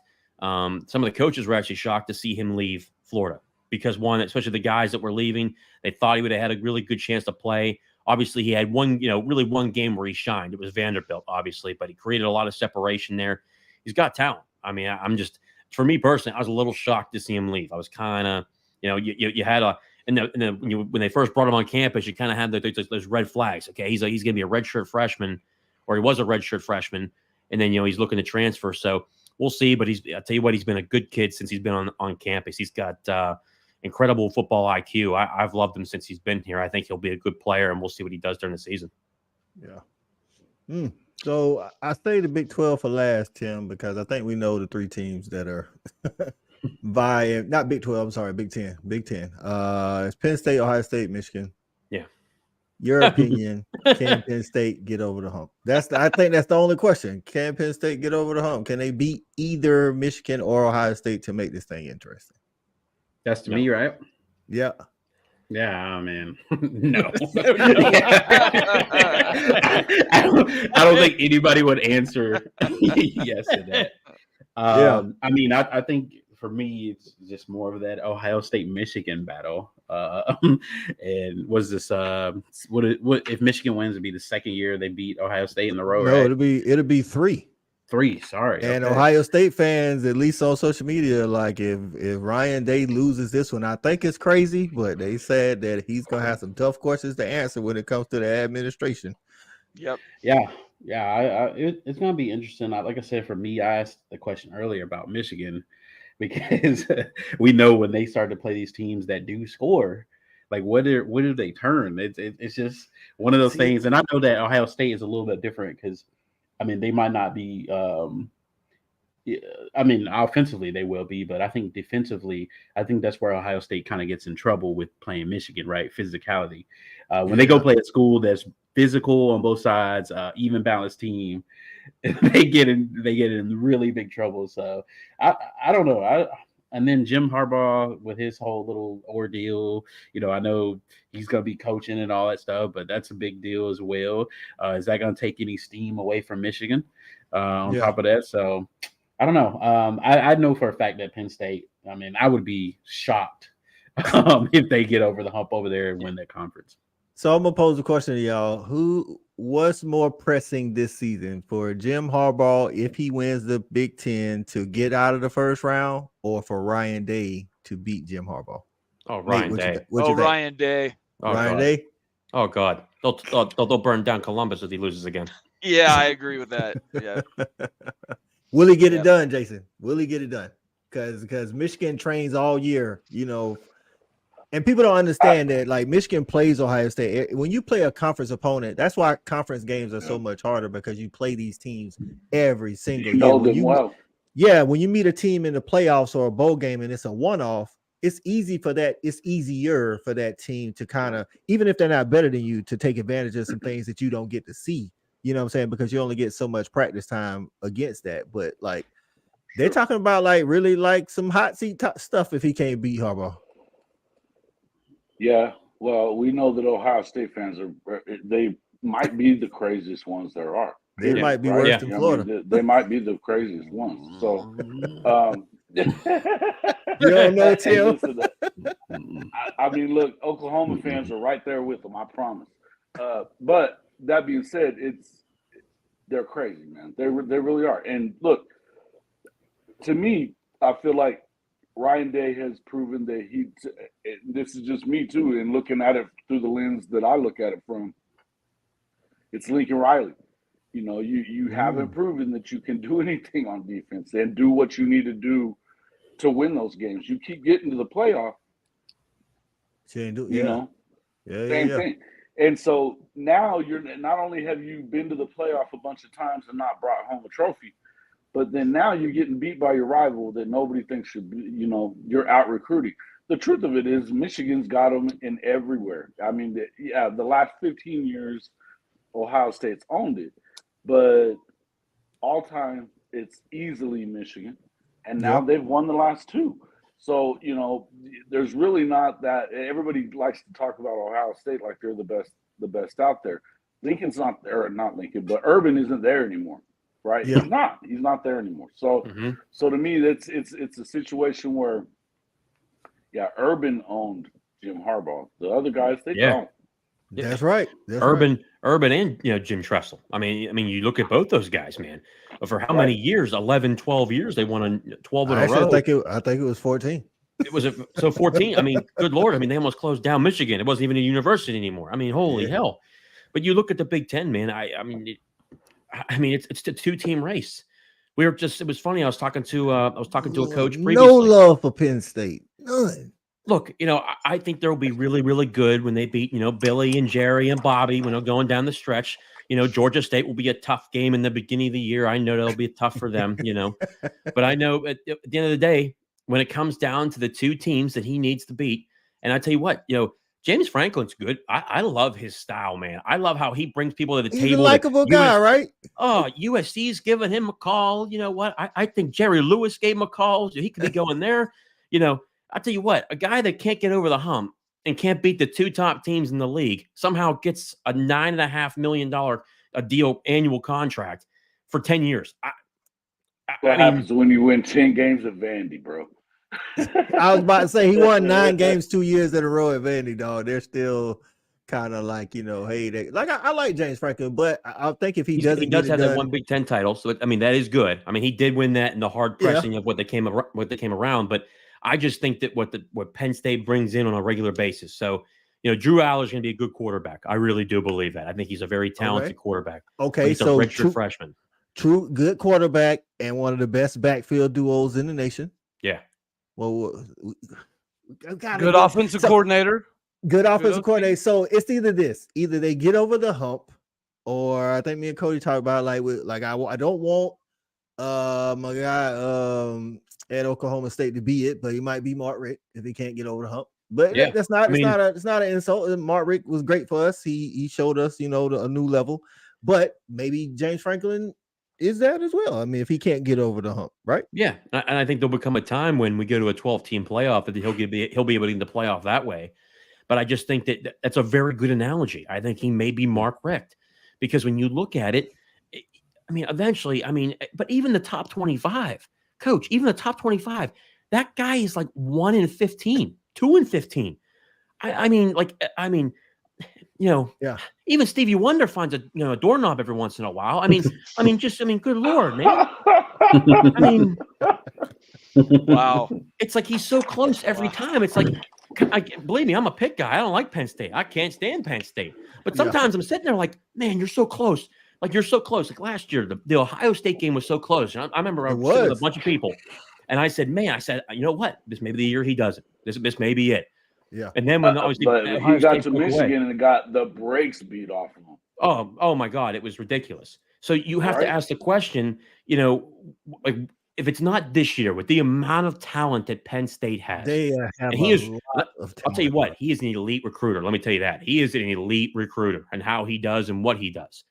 But just eventually, what is it like? What does it take to get to that next level? But then again, that's the entire Big Ten. Michigan's been there back-to-back years. I mean, they lose to TCU. If they would have beaten TCU by a miracle, they'd have gotten their ass kicked by Georgia. So it wouldn't have mattered. Thanks. So what is it? At the end of the day, you look at the Big Ten. There's no team in the Big Ten that can really compete with the elite level of the SEC. That's why I give Clemson so much credit, because they really beat the brakes off of Alabama how many different times, especially in the college football playoff and the national championship. But then also too, Clemson's shut out Ohio State in the college football playoff. And I think that's really what the Big Ten's fighting at this point, is that, for a power two, when they talk about it, the Big Ten may be a power two in terms of revenue distribution, but they are nowhere near the top when it comes to actual talent and winning national championships. It's a one conference run, and it's the SEC. It's just a fact. So will we say that the Big Ten gets so we know there's an SEC bias. Me and Jason talked about this one time, but it's deservedly so. They've won a lot of championships, whatever. Yeah. Are we giving the Big Ten way too much credit when it comes to being a premier conference? Just think about it. What have they done? What have they done when they've gotten to the playoff? And you look at Michigan. Go look at Michigan's schedule. The first 9 games of the season, terrible. It's horrendous. Horrendous. Yeah. Who do they face? Jim Harbaugh. If he wants to miss, they talk about the first 4 games. Go ahead and miss the first 8 games. It doesn't matter. You're still going to win. What the hell? Yeah. You look at the schedule. It's not like you're facing Alabama, Georgia, Tennessee, Florida. Let's be honest. Oh, they're playing the Arkansas School for the Blind every week. It's ridiculous. Yeah. And look, I understand they added UCLA and USC, but you know what? I'm sorry, man. I watched that bowl game last year. Pitt beat UCLA with a bunch of backups. Dorian Thompson-Robinson was there. And I think he's a great quarterback, especially too. with the passing game that they had. But at the end of the day, and I still laugh about some of these West Coast teams. I really want to see them play in Ann Arbor, Columbus, Happy Valley in October and November when the wind's blowing sideways, snow's blowing That's what everywhere. I think It's a different ball game. I think the biggest difference is going to be. So would we say that the gap, as least as the gap between the Big 10 and the Big 12, isn't as much as the media makes it out to be? Because if the media makes it out to be like, it's a huge gap. It's this Big 10 and the Big 12 is, exactly. It's the you SEC. Say whatever you want, but the Big 12 non-champion beat the brakes off of the Big 10 champion. Right. That's true. True. That's you said it like Greg Sankey said it. We saw it on national TV, dog. TCU did it to them. So, and they didn't win the Big 12. So that's right. But because you do, it's like it's the Big 10. Like, I'm gonna be honest, like as it stands right now, we got the Big 12, the Big 10, the SEC, and the ACC for the first year of this 12-team playoff or whatever. I would gather to say, just based off of how the college football playoff committees voted, that 6 of those spots are going to the SEC and Big 10, regardless of how it shakes out, 3-3, 4-2, whatever. So what we're saying now is that might be a little unjust because the Big 10 shouldn't get, what I'm saying? Yeah. 3 or 4 or whatever teams, you know what I'm saying? The deal is that the money is a perception. Yeah. Right. People are perceiving that they have a certain level of worth. But all it is a measuring stick. It doesn't count on the field. Yeah. And that's why the Big 12 is so intriguing, because they can step up and be the second conference. Yeah. I think a lot of people assume that money's going to trickle down to you giving it to players, and that's not necessarily the case. Right. That's true. Yeah. That's true. So, I mean, because like I say, it's right around the corner, and I could easily see, like, let's just take the teams as they stand this year. I could easily see Penn State, Ohio State, and Michigan, making it to the playoffs, because Ohio State or Michigan is going to be at 12-0, 11-1, one of them. I don't know. And then Penn State, 10-2, 11-1, whatever, however it shakes out. But, because you got the teams that we already talked about from the Big 12 who go toe to toe, if not, beat them down. So that money, I think you hit it on the head, Nathan. That money, they definitely got the best TV deal as it stands right now with ESPN. Right. I think JJ, you posted something about Apple looking to buy ESPN from Disney. That's a very real rumor. And I think that ESPN will do it because, one, they're first off, their business has gone to shit because just the product. They truly forgot. They truly forgot who their viewership is, who really runs ESPN. And that's the viewers. The number one thing of any business, when you look at business in general, is one, the people that are buying your product, the consumers. Okay, and then you think about everything else afterwards. The minute your consumers start turning away, you really need to think about what you're doing. And look, and ESPN's in a spot right now. Got too woke. Got too woke. But the problem is, though, is that you have NBC, Fox, and NBC, Fox, and CBS with the Big 10, and then ESPN is really wrapping the East Coast down to the South now, because you have the ACC network, and the SEC network. Obviously, the pack is done, so the ESPN pulls that out. Okay, but at this point, you just gotta. Like ESPN, I understand they're trying to work a deal with Verizon to avoid selling, okay? Yeah. Which I think at the end of the day could potentially be a very good deal, because Verizon and the reach it has with its subscribers and one of its clients is a very good thing. But I think Apple like for instance, I look at liquidity when it comes to Apple. They have over $1 trillion in cash. You can't play. They got house money. They can do what they want. It's when they look at it, they can really change the landscape of media and media rights. I think that the SEC, especially too with media rights, in terms of if Apple does buy that, it only helps them, and it only helps the ACC and the ACC network, especially too when it comes to money. Because at that point, you have to protect your product, because the ESPN is a 50-50 partner in the SEC and the ACC with the networks. But they got to figure something out. It's a touch and go thing I'm not sure they are selling. It's the only thing making money at Disney right now. I'm not sold that they're going to sell it. No. They may. No. And ESPN too, I think they just got away from the quality that what makes them, like, anytime they have good shows, they like trash them or get rid of them. And the people who are actually really good on the network that work, they move them to places where, like, I just feel like they aren't as great, or they just move them out. I'm like, hey, like now, dude, I'm gonna tell you, I don't even watch ESPN unless it's college football. Same here. Like, I mean, it's So, a but station. even with college football, like I like Pat McAfee. I like him. I don't know if I want to see Pat McAfee all day, every day, all Saturday though. Like he's a little. He's somebody I can take in spurts. You know what I'm saying? Like, but ask yourself this question too. Name one person on that entire channel that's like a legendary, like Stuart Scott. Where's the next Stuart Scott at? They don't got him. Where's the next Chris Berman? They don't got him. Nope. Where's any of those guys? I remember NFL Countdown growing up, jacked up. I mean, all that kind of stuff. And then you saw, like, for instance, you had, Herbie, you have all those guys with college football, they've let guys go there. Where are those legendary guys at? Now you have like a bunch of hot take guys that like Kellerman, like, you know what I mean? Like that guy, he's worthless. Always a hot take, nothing, no analysts, no analytics, just hot takes. There's no thought. There's no thought behind what they're projecting. That's right. They've gotten to that, like that style of like where we are right now, but they didn't stay to who they were. ESPN was prime time, man. I mean, you had the best of the best. Al Michaels, you had people like that. I mean, Stuart Scott. I mean, I remember just the antics that they were able to have growing up. It's just not the same anymore. They were legends, man. I remember growing up as a kid, wanting to get up before I went to school and watching ESPN. Now it's like I really don't care because it's just some.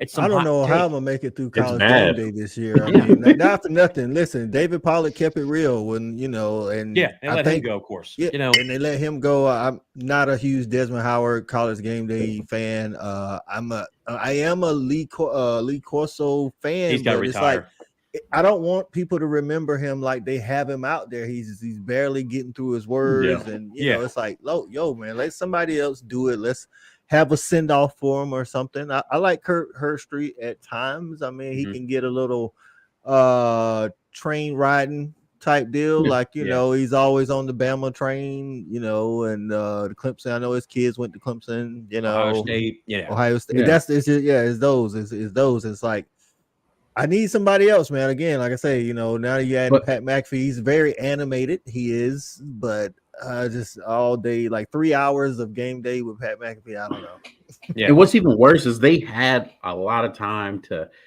replace these guys. Like these guys have been on forever. You had so much time to build this, like to groom somebody else, to put them in the place, test these guys out, and you come up like you said. For me, okay, I don't know. Just me, Pat McAfee, he just doesn't do it for me. That's just my personal opinion. People might like him, but I feel like just the college football realm, I feel like he's more of like a YouTube guy. Like he's like, that's what I feel like he is. And as an analyst and being on national, college football, I just feel like he's just being. Well, it's hard to blame Pat because he just took a big ass bag of cash. No, yeah. I mean, shit. It sounds like he was trying to leave YouTube. But I think that, when somebody dumps that much money on your doorstep, you have no choice. But to that point, I think that you're going to see him in a place that it's not his thing. I think his thing is to be out there just clowning and doing what they do on his show, and that's not what we're going to get from him anymore. Yeah, and not to sell any of us short because we're content creators on YouTube too. But when I watch ESPN, I look for people that should be better than me. It's like I do this because I watch college football. Ain't nobody in my ear feeding me facts, and I do a little homework here and there, but mostly it's just watching the games and analyze. Okay, this is what I saw on the field. It's like these guys have inside access. Right. They got all the resources and the big paycheck. I should be able to tune into ESPN and get something better than me and Jason can put on a random Wednesday or something. Yeah. That's not what we have now, though. You're not getting that. You know who? Right. Yeah, like and Tom this might Jackson. Be my opinion. Yeah, go ahead. No, go ahead. No, just like Tom Jackson, Jay Harris, John Butchergross. I mean, across the board. I mean, you had legendary people, and and again, you guys are right. I mean, they just haven't replaced it, man. It's a crime, man. It's a shame. Yeah, I think they missed the opportunity, and this might be my personal opinion because he is kind of animated too. But I like Marcus Spears when he was. In college football, I thought that was I thought he was a guy that you could have put him into that slot and kind of test him out. and really because you even see when he was with Tim Tebow, that group with the Oh, SEC, I thought it was phenomenal because it was just funny. It was good. I think it's like what we Players. said. Swagoo ain't about a whole bunch of hot takes. He just calls it Right. like he sees. Like, I don't need a Yes. whole bunch of hot takes again. Right. If I want a whole bunch of hot takes, then I can either go to Twitter or come to YouTube. You know, like I'm not out here. Everybody's like Look how hot many take, hot times take, hot Swagoo's take. walked Yeah. off that set. Oh, Swagoo Marcus, walked off of Stephen A's set. He was sick of it. I'm out. Yeah. You know? yeah, dude, Marcus Spears, he is so professional. But even like you look at him, but then like him and Tebow, man, I think they're just a great 1-2 Oh punch. my gosh. And then you look at them, it's funny. Like obviously one of his greatest memes when he looks at Paul Feinbaum and says, "Leave the sides." When he gets a haircut, he says, "Leave the sides." Leave the sides. Like, bro, they were cracking up for the whole segment. Like, it was just good. It was natural. That's what I'm saying. How did they miss those two, like that whole moment? Like Marcus could have been your catalyst to kind of replace some of these guys on the main college football series because he's a college football player. He talks football. Like, what are we doing? Yeah, exactly. And I think those are the kind of guys we need to see if they want to get back into the point where people tune in. Like, I think people would literally set an alarm, wake up to watch college football game day. Now it's like, you know what? If I get up, I'll catch it. If not, I just wait for that 12 o'clock game, Eastern time or whatever. Well, yeah, because they're going to replay the funny moment anyway, which is what you were looking for. You're not getting any more analysis or anything from them. Nope, you're not. Like I said, I don't think Desmond Howard knows what day it is. All he does is laugh like Eddie Murphy. Yeah, come on, man. I haven't heard that dude with a real take in a long time, man. It's like how can you not slide? That's why I kind of liked when they slid in like Louis Riddick. He provides so much value when he's on TV and he talks about what behind the scenes because he's worked in the NFL, he's worked in college football, he provides a lot. But then they put him back to being an anchor or back into the studios. It's just like, what are they doing? Just the talent that's out there, and then you have just these random people out there just sticking with a microphone and just reading a page when they don't know what they're looking at. You got to put that talent out there, and that's why. Even guys like, just like Marcus Spears, Louis Riddick, what are they doing? Just put them back out there, man. They're good dudes. What's crazy is they have a funnel of guys that come through ESPN. You're like, wow, they're like, this dude's good. Like, and then all of a sudden they're like, oh yeah, we got rid of this person. Like, what? He's like going like the wind. You know what I mean? And how do you I know he's on football, like was it NFL or whatever, and I know probably the money they threw at him probably is really good, but I'm just saying Marcus, for me, college football, he is college football. Like, how do you let him go from that? I think you still would have a personality to kind of move you on from all those guys, because Lee Corso and what's the other guy you just said his name, I'm sorry, Kirk. Those two guys, like, I mean, it's gonna be hard to just move away from them just because the dynamic.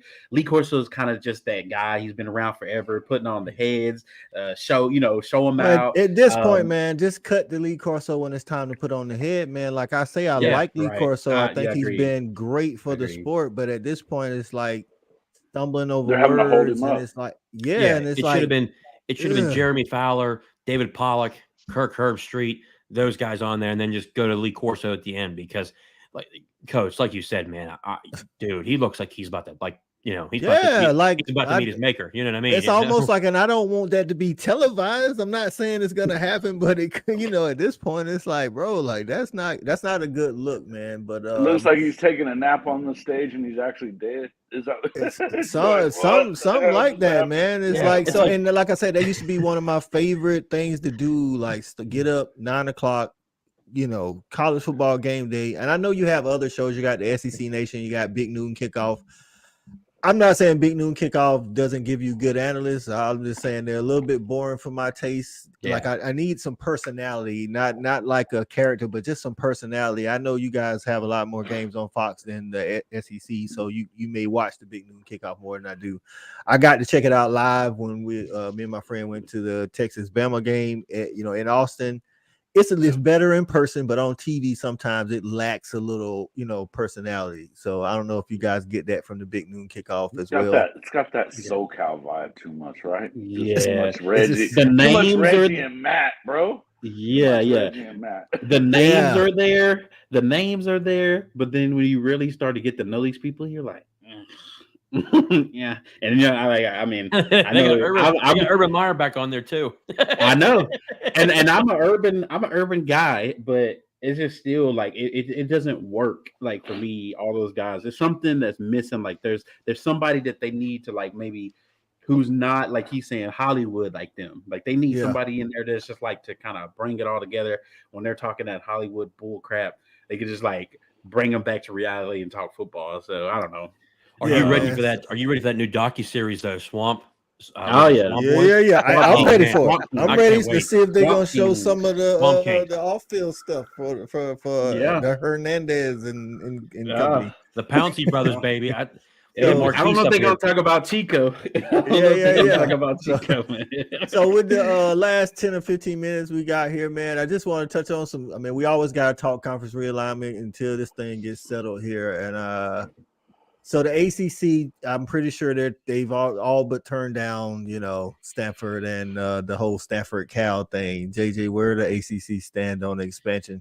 So right now, I think from what I've been told is that with Condoleezza Rice and George W. Yeah, Bush I getting saw that. involved, you're I saw watching a that. lot of political stuff but go behind the scenes. What I can tell you is this SMU will not be going into the ACC. If I had to put money on it at this point, I would say there's about a 60% chance that Stanford and Cal get into the ACC.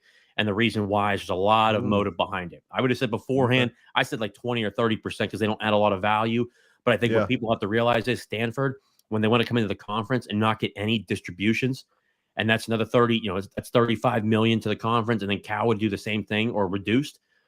You're looking towards like $60 million. There'll be some distribution things that go on there in terms of, maybe keeping some people happy.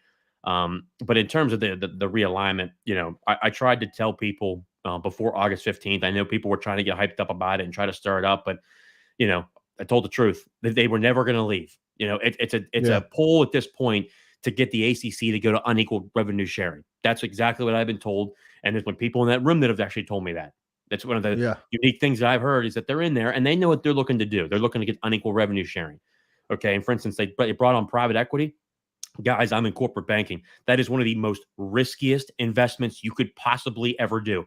So what you're basically to give it to the fans, what they're saying is if they're going to bring in private equity to raise funds, okay, they're basically saying college football is here and it can go to here, which the majority of analysts have already said that's a very big risk. You're looking at the potential of hundreds of millions of dollars being lost. Okay. On top of the idea that potentially they wanted to bring in the idea of trying to fund their own conference. Okay. So where they have, for instance, the ACC at this point would have to get 8 schools to disband the conference. That's never going to happen because then you have to go into your own conference and then find different people. It's just never going to happen. Then you have lawsuits. So at this point, the only 2 teams that could potentially go into the ACC at all, I would say at this point, is Stanford and Cal. Besides that, they'll stay put. But besides that, I don't see really anything happening with the ACC at this point. Okay, Nathan, what about is there any chance Oregon State and Washington State make their way to the Big 12 at any point? In my opinion, and I put this out on Twitter for the last few days, if Cal and Stanford find a home either in the ACC or the Big Ten, which at this point that percentage is dropping every minute, but if they happen to do that, then in my opinion, your mark scoops up Oregon State and Washington State, and you don't have to worry about this rogue ACC or AAC Mountain West 2 P5 organizations being built.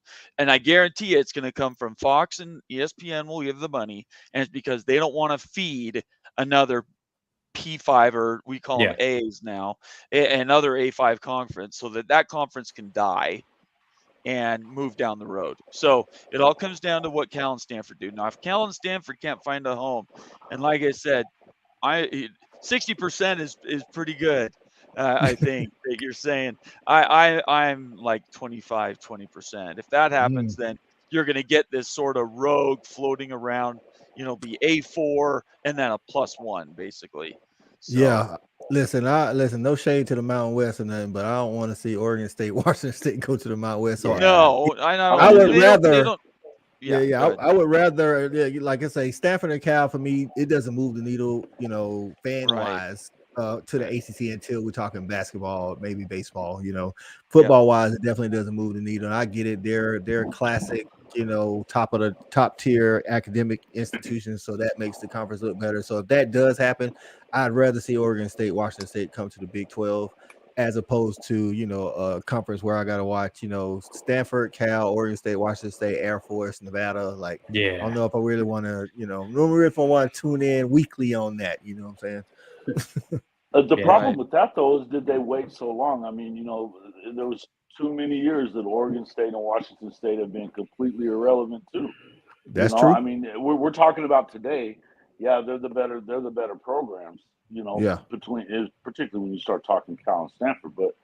But honestly, I mean, how long does, and I know he's an alum, but how long does Jonathan Smith stay there? You know what I mean? Yeah. And that's the whole thing, is that once he leaves, does it just go back to the way it was? And that's a long trip, man. That's a long trip. And they're not huge brands. They're just not.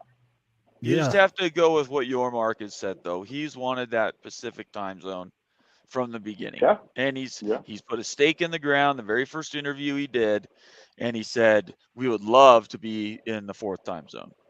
So if they can get him at a discount, Washington State and Oregon State come in at a half share for 4 years. That's really the only way they're going to fund it.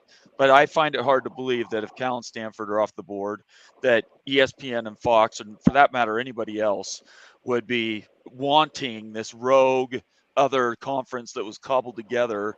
The Boise State. Anyways, you already talked about it. Yeah. Nobody wants that conference floating around because they'd be an irritant. They would be saying, we're a P5 conference and we're this and we're that. They don't want to open that Pandora's box. But that means ACC or Big Ten's got to take Cal or Stanford. I just wanted to say for JJ, though, he's been right on this. I mean, he's been saying this for a while when it came to that stuff with the whole deal with Florida State getting out. And, and listen, as much as I love TJ Pittenger and those guys, I mean, they've been screaming about it, and they still are. They're still saying, oh, no, just because it ain't happening right now doesn't mean – look, in the end, it appears that it is over with. I don't see that it looks to me like maybe it was just a play to get more money than what the rest of the conference is getting, because the truth of it is, do you get better access to the tournament by going to the SEC? No, you get it's in worse. Fact, you're going to go less.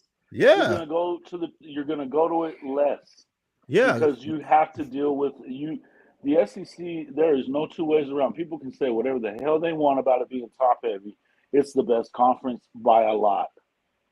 And if you want access to the playoffs, if I'm in the ACC right now and they're going to 12 teams, I am fighting tooth and nail to stay in the ACC where it's now Norvell's turned the program, looks like he's turned the program around. You got Clemson as the big dog. You may have one or two more teams in North Carolina and Pitt, an occasional NC State, Wake Forest to fight, but you don't want to come to the SEC as a Florida State and have to fight a Oklahoma, Texas, Georgia, Florida, Tennessee, Bama, LSU, Texas, like everybody every week. Right. Like, no, bro, that's not what you want. That's one of the reasons, like I was telling Jason, like the whole bad blood between the SEC and Florida State is it was at first the SEC wanted Florida State.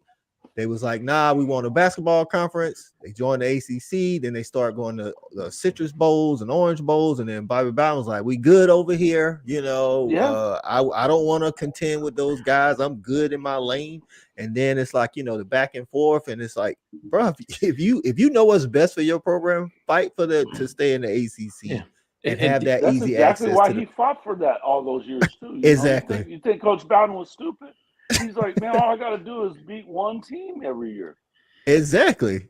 And I think the one thing the Florida State fans, and I've been saying this too, and I understand they've been beating their chests like, oh, they're going to leave. They're not going to leave. I'm sorry to break this to you. They're not paying $420 million to $700 million to leave. And on top of that, I got news for Florida State fans. The SEC will not allow you in there while Florida's there. And Florida will be there for the duration of the SEC while it lives. So your option is the Big Ten or you stay in the ACC. And guess what? The Big Ten, because the Big Ten doesn't want them because they're not AAU, guys. Yeah. They could talk about all they want. When Nebraska lost their AAU status, the Big Ten was so pissed off when that happened. It was 2 years in. 2 years in, they lost their AAU status. They're all pissed off about it.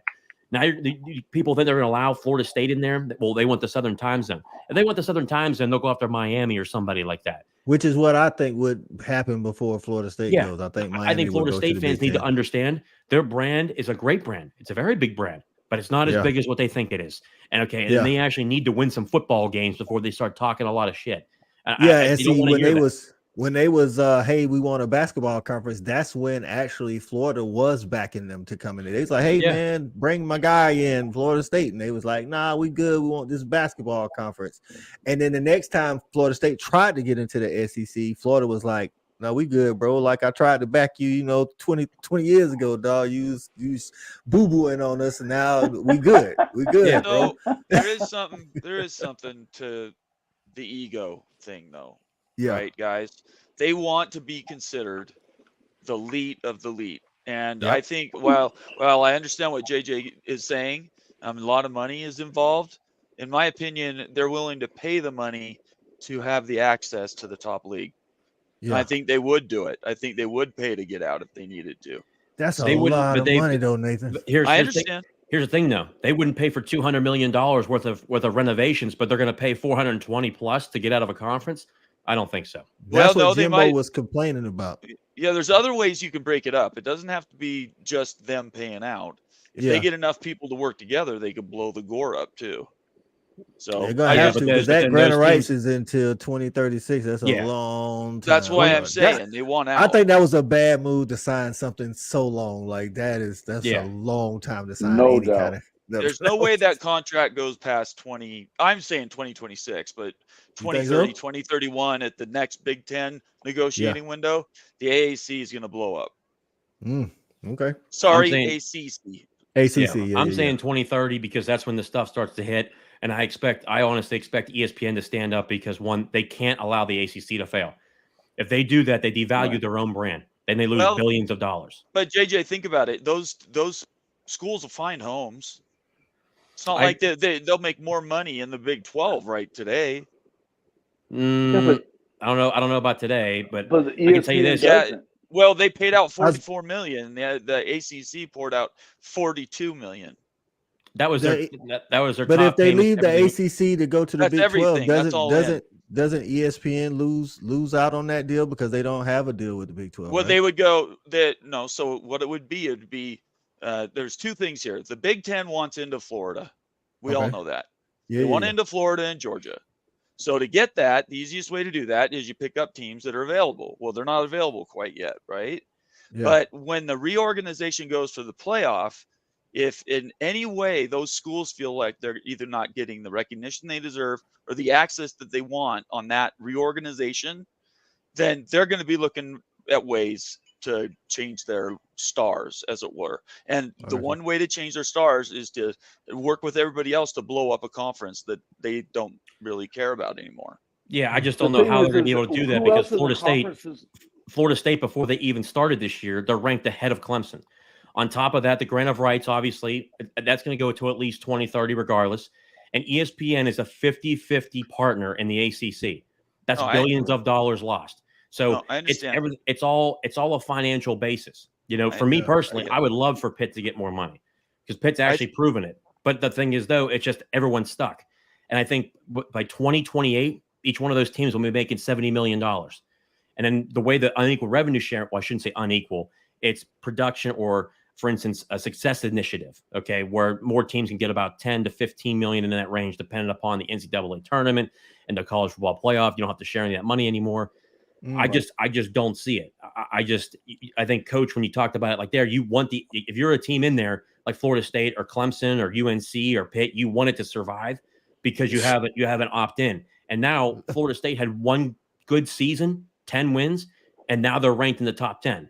So why would you want to go to the SEC, which they'll never get in, or the Big Ten, where you potentially have issues of ever actually winning it? On top of that, the travel. I mean, I think that there's a lot of people that don't understand about the travel and what this costs and what this means for these other institutions.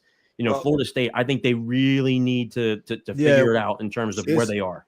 It's more so bad on those Olympic sports and when they travel like midweek, for volleyball or track or whatever. Washington and Oregon want in the Big Ten so bad? They're going to be traveling 12,000, 13,000 miles every year. Did they care about the travel? No. They asked for a I don't think it's going to be. They asked for a $10 million credit for travel, which they got over a period of 10 years, 4 years. So it's $2.5 million a year. They have to pay that back. So they got that. But for them, it's access. They want to be in the Big Ten because the Big Ten is one of the 2 premier conferences. That's why they wanted in. It's the perception. Yeah. And do you think they went in because they thought they were going to win the Big Ten in 5 or 10 years? Probably not. Yeah. So they want to be, it's all perception, guys. We're talking about egos in education. There's egos that are just so big. I feel like Oregon may think they can win the Big Ten more so and even reality, only because, like I say, recently we watched Oregon go into Ohio State without the best. Yeah, a few years ago. A few years ago. But I mean, like, if Clemson stays on the path that they're on, is with talent, and winning or whatever, they're literally gonna make the playoff in a 12-team playoff every single year if they stay in the ACC. Every year. And Florida State, all they would have to do is here and there beat Clemson. That's what I'm saying. Like, all they would have to do is beat Clemson one year, and then they're in. You know what I'm saying? It's like, listen, I think that you're with the 12 team, you're going to start getting two in the Big 12 and probably 2 in the ACC, right? I mean, because you're probably going to be getting 4 or 5 in the. I was about to say you get 6 from the Big 10, SEC, 2 from the Big 12, 2 from the ACC, and then 2, just random guys or whatever. Right. So. Football wise, I definitely wouldn't be trying to lead the ACC, but like you said, everybody wants to be the big boy or whatever, and go to they don't want to be the big look. The Pac-12, one of the selling points that Kliavkov used is stay in the Pac-10 and you'll get to the tournament more often. Yeah. How for an entire year we heard that storyline. Washington's never leaving. They want access. Utah's never leaving. They want the better access by winning a weak Pac-12 every year. Does the Pac-12 exist as a power conference today? It doesn't. It ceased to exist when when 8 teams left. So what that tells you is access to the playoff, to us, covering our teams, it feels like a lot. But to these universities that deal with billion-dollar endowments and hundreds of $1 million of people donating their money, they want their school to be out front. They want their school to be associated with the badge. And the badge is the badge is the SEC, and everybody else, Big 12, everybody else wants to be there. To your point, that can increase enrollment and everything. We can talk about access, all these things, but at the end of the day, they want to be associated with the big kids on the block. And I don't think money makes a difference. But I think that the Pac-12 doesn't exist because Kliavkov lied. He told them they were going to get $50 million. If they would have taken what ESPN gave them a year ago, they would have gotten 30, 35, almost $40 million. Yeah, he did a bunch of stuff wrong. There's no doubt about it. But just saying that you want to stay in a weak league so that you can have access to the tournament easier. How well did that work for Michigan last year? They didn't play anybody in their conference. They came out of there. They were hooting and hollering, pictures of their offensive line, all that crap, and USC ripped them apart. Sorry, but when you start talking about TCU, just shredded them. About money, though. Well, I agree with you on that, Bomber. But here's the thing: if you're looking at the rest of the ACC, why in the hell, if you're Pitt or if you're NC State, you wouldn't. Or if Pitt, you don't. Why in the hell would you want to split that thing up when right now you do have access? Yeah, no, Pitt doesn't want to change. Louisville doesn't want to change, right? We can name the schools that don't want to change. How are they going to break up the gore? How are they going to break it up? There are several ways. We don't probably have enough time for that on Coach's show, but there are 3 or 4 ways legally they can do it. It's not impossible. We definitely go ahead, Tim. I was going to say too, just like from the football aspect of it, when you're looking at SEC, think about last year, SEC, LSU, let's just say they beat Georgia, right? in the SEC game. I mean, we're literally looking at what Tennessee, we're looking at Georgia, we're looking at LSU, and if you could even throw in Alabama just from the SEC, just from a football perspective. And then you go look at the ACC, and I'm not saying anything against the conference, but I'm just saying when you look at the quality of teams that the SEC is bringing out, and then you say, oh, Clemson and FSU, the only two teams in the conference. I mean, for me, I just want the best teams in the playoffs. And so when you start to like break it down and look at that, are we really going to put two teams in that, oh, they only played each other? Those are the best two teams in the conference. And we talk about Ohio State and Michigan, the only best two teams in the conference at this moment. That sounds but if the ACC if the ACC stays put, if the ACC stays put, it's going to be like, hey man, we won our conference, and they're going to be in. But like Nathan was saying, man, it is about having that big name behind you. You know what I'm saying? If you can say you're a Big Ten school or you say you're an SEC school, we've seen it with the college football playoff. You definitely get preferential treatment. I tell everybody, fair or unfair, the winner of the SEC is like in the 14 playoff. The winner of the SEC is going to the playoff. I don't care if it's, they're 11-1. Honestly, I don't care. I truly believe a 10-2 SEC champ will make the 14 playoff. That's just because of the cachet. Like I say, it's the big name behind it, and unless you would have made it last year.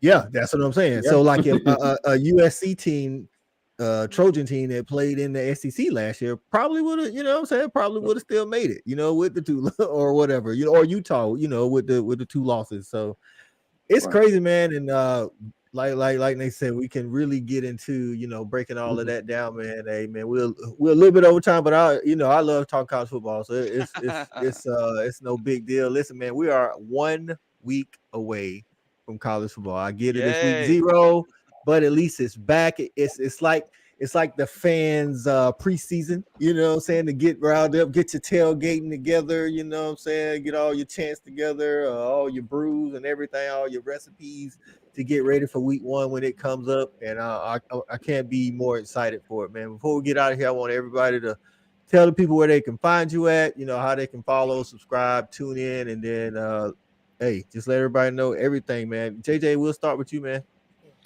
Yes, you can obviously follow me on Twitter at JJ_Kitchen40. And of course, you can follow me on my podcast on the YouTube channel at Talking College Football with JJ Kitchen. And of course, Coach, I want to thank you for getting us all on here. You got a heck of a group here between everybody on this list. I'll tell you what, guys, the knowledge you guys bring is incredible. And then thank you to the fans and the people that are actually watching. The show is incredible because of you guys and the questions and the interaction. So we thank you guys and the trust that you guys give us to give you guys good and accurate content. So we thank you guys for everything. And Coach, it's always a pleasure being on this great show. Yeah, man, y'all make sure y'all go out and subscribe to JJ, man, and catch the Pit, the ACC, and just good college football in general. Tim, tell the people where they can find you, man. Yes, sir. So you guys can find us over on YouTube, Spotify, Apple Podcasts, all social media platforms at Talking Sauce. We talk college football. We get drunk. We just have a good time. We just previously, hey man, we just previously did our sauce prediction. Is where for the Florida Gators. It's basically where we have a little bit too much to drink, and then we give our real prediction. We give our sauce prediction. So we just previously did that. So yeah, all you guys are always invited. We do a live show. Coach I comes in there every once in a while to rile us up, being a Georgia fan that he is. Hey, man. But thank you for having me, Coach. No problem, man. Hey, man, y'all make sure to go out and subscribe to Talk and Sauce, man. Live, definitely every Sunday. The recap of the that's when I try to get in the recap of the college football weekend. Get in on the live stream for Talk and Sauce, man. Nathan, tell them where they can find you, man. So we got 2 sites that are really active: the at B12 Mafia and at the Holy Rivals. There are 2 shows on YouTube, same names, Big 12 Mafia and the Holy Rivals. And I'm on Twitter. Everything JJ said, I could not agree more. We are not here if people aren't watching the shows. So we really appreciate everybody being here. And Coach, just thanks again for the invite. Every time I come, I learn something new. So I on my show especially, I try to learn more from the guests than they get from me. So that's what I'm always after. Yeah, man, being Southeastern guys and a lot of Southeastern people follow me, man. Y'all make sure to go out and follow Big 12 Mafia and at the Holy Rivals, man. You can get a lot of stuff that you don't already know about on the face, man. We already know we got my guy Jason. We becoming residents on each other's shows, man. Jason, tell the people where they can find you, man. Hey, man, you can find me on Twitter. It's at JW_HOF. And, of course, you can find me at CFB-pod on YouTube. HOFmedia.us is our website. But, hey, I'd just like to echo what everybody else was saying, too, man. It's a great show. I've enjoyed coming on this platform. You guys are a lot of fun, a lot of knowledge on this deal. And man, you just got the best guests, man. I gotta go check out Talking Sauce, man. I can't wait for this. Oh man, you definitely got it. They be crack. Listen, man, they crack you up, dog. Like they have it going, man. Make sure you got your brew on hand for them because they definitely get big sauce on the recap, man. Like I said, y'all check all these podcasts out, man. Good info, man. Listen, if ESPN won't do it, we will do it for you. We will bring you some content that's not just straight hot takes. You know, we can have a little fun with hot takes here and there, but we at least try to keep it real, man. And we'll be going every Saturday night, 10 o'clock. We'll, start with whatever late game. It'll probably be a West Coast game, finish in the fourth quarter or whatever here in the Southeast, and then jump right into going over whatever the college football landscape looks like that particular day. You guys all have open invitations to come on to the show. I definitely want to get on. I've been on everybody's show except for JJ. We got to get together, dog. Like, JJ, I've been with JJ since before he had the podcast. So I know. Coach is one of the reasons why I started it. And just Coach, you and Jason, man, just been elite. It get me off the ground, man. I appreciate what you both have done and just the level of confidence, but also to your knowledge, man. It's been great to learn from both of you. That's why it's always good to get on your guys' shows. But more importantly, the people that follow you guys are good, smart people, man. You're really good, and just appreciate everything you guys do. Hey, no problem, man. Like I said, I want to jump on into some Big 12. I don't know as much Big 12 as y'all do, but I definitely will come in there and chop it up with you. Hey, look, if I can handle an Ohio State guy, I can handle anybody. So. No doubt, right? Moen Sports is one of my bestest trusted people on my show, and he's all Ohio State. So between you, Coach, and between you and him, and then Jason, of course, at Oklahoma is completely insufferable. So we got a lot of schools that have issues, in my opinion. That's right, man. Listen, man, it's Saturday Night Snap Count on the Fanatic Sports Network, man. I appreciate all y'all tuning in. We out of here. Peace.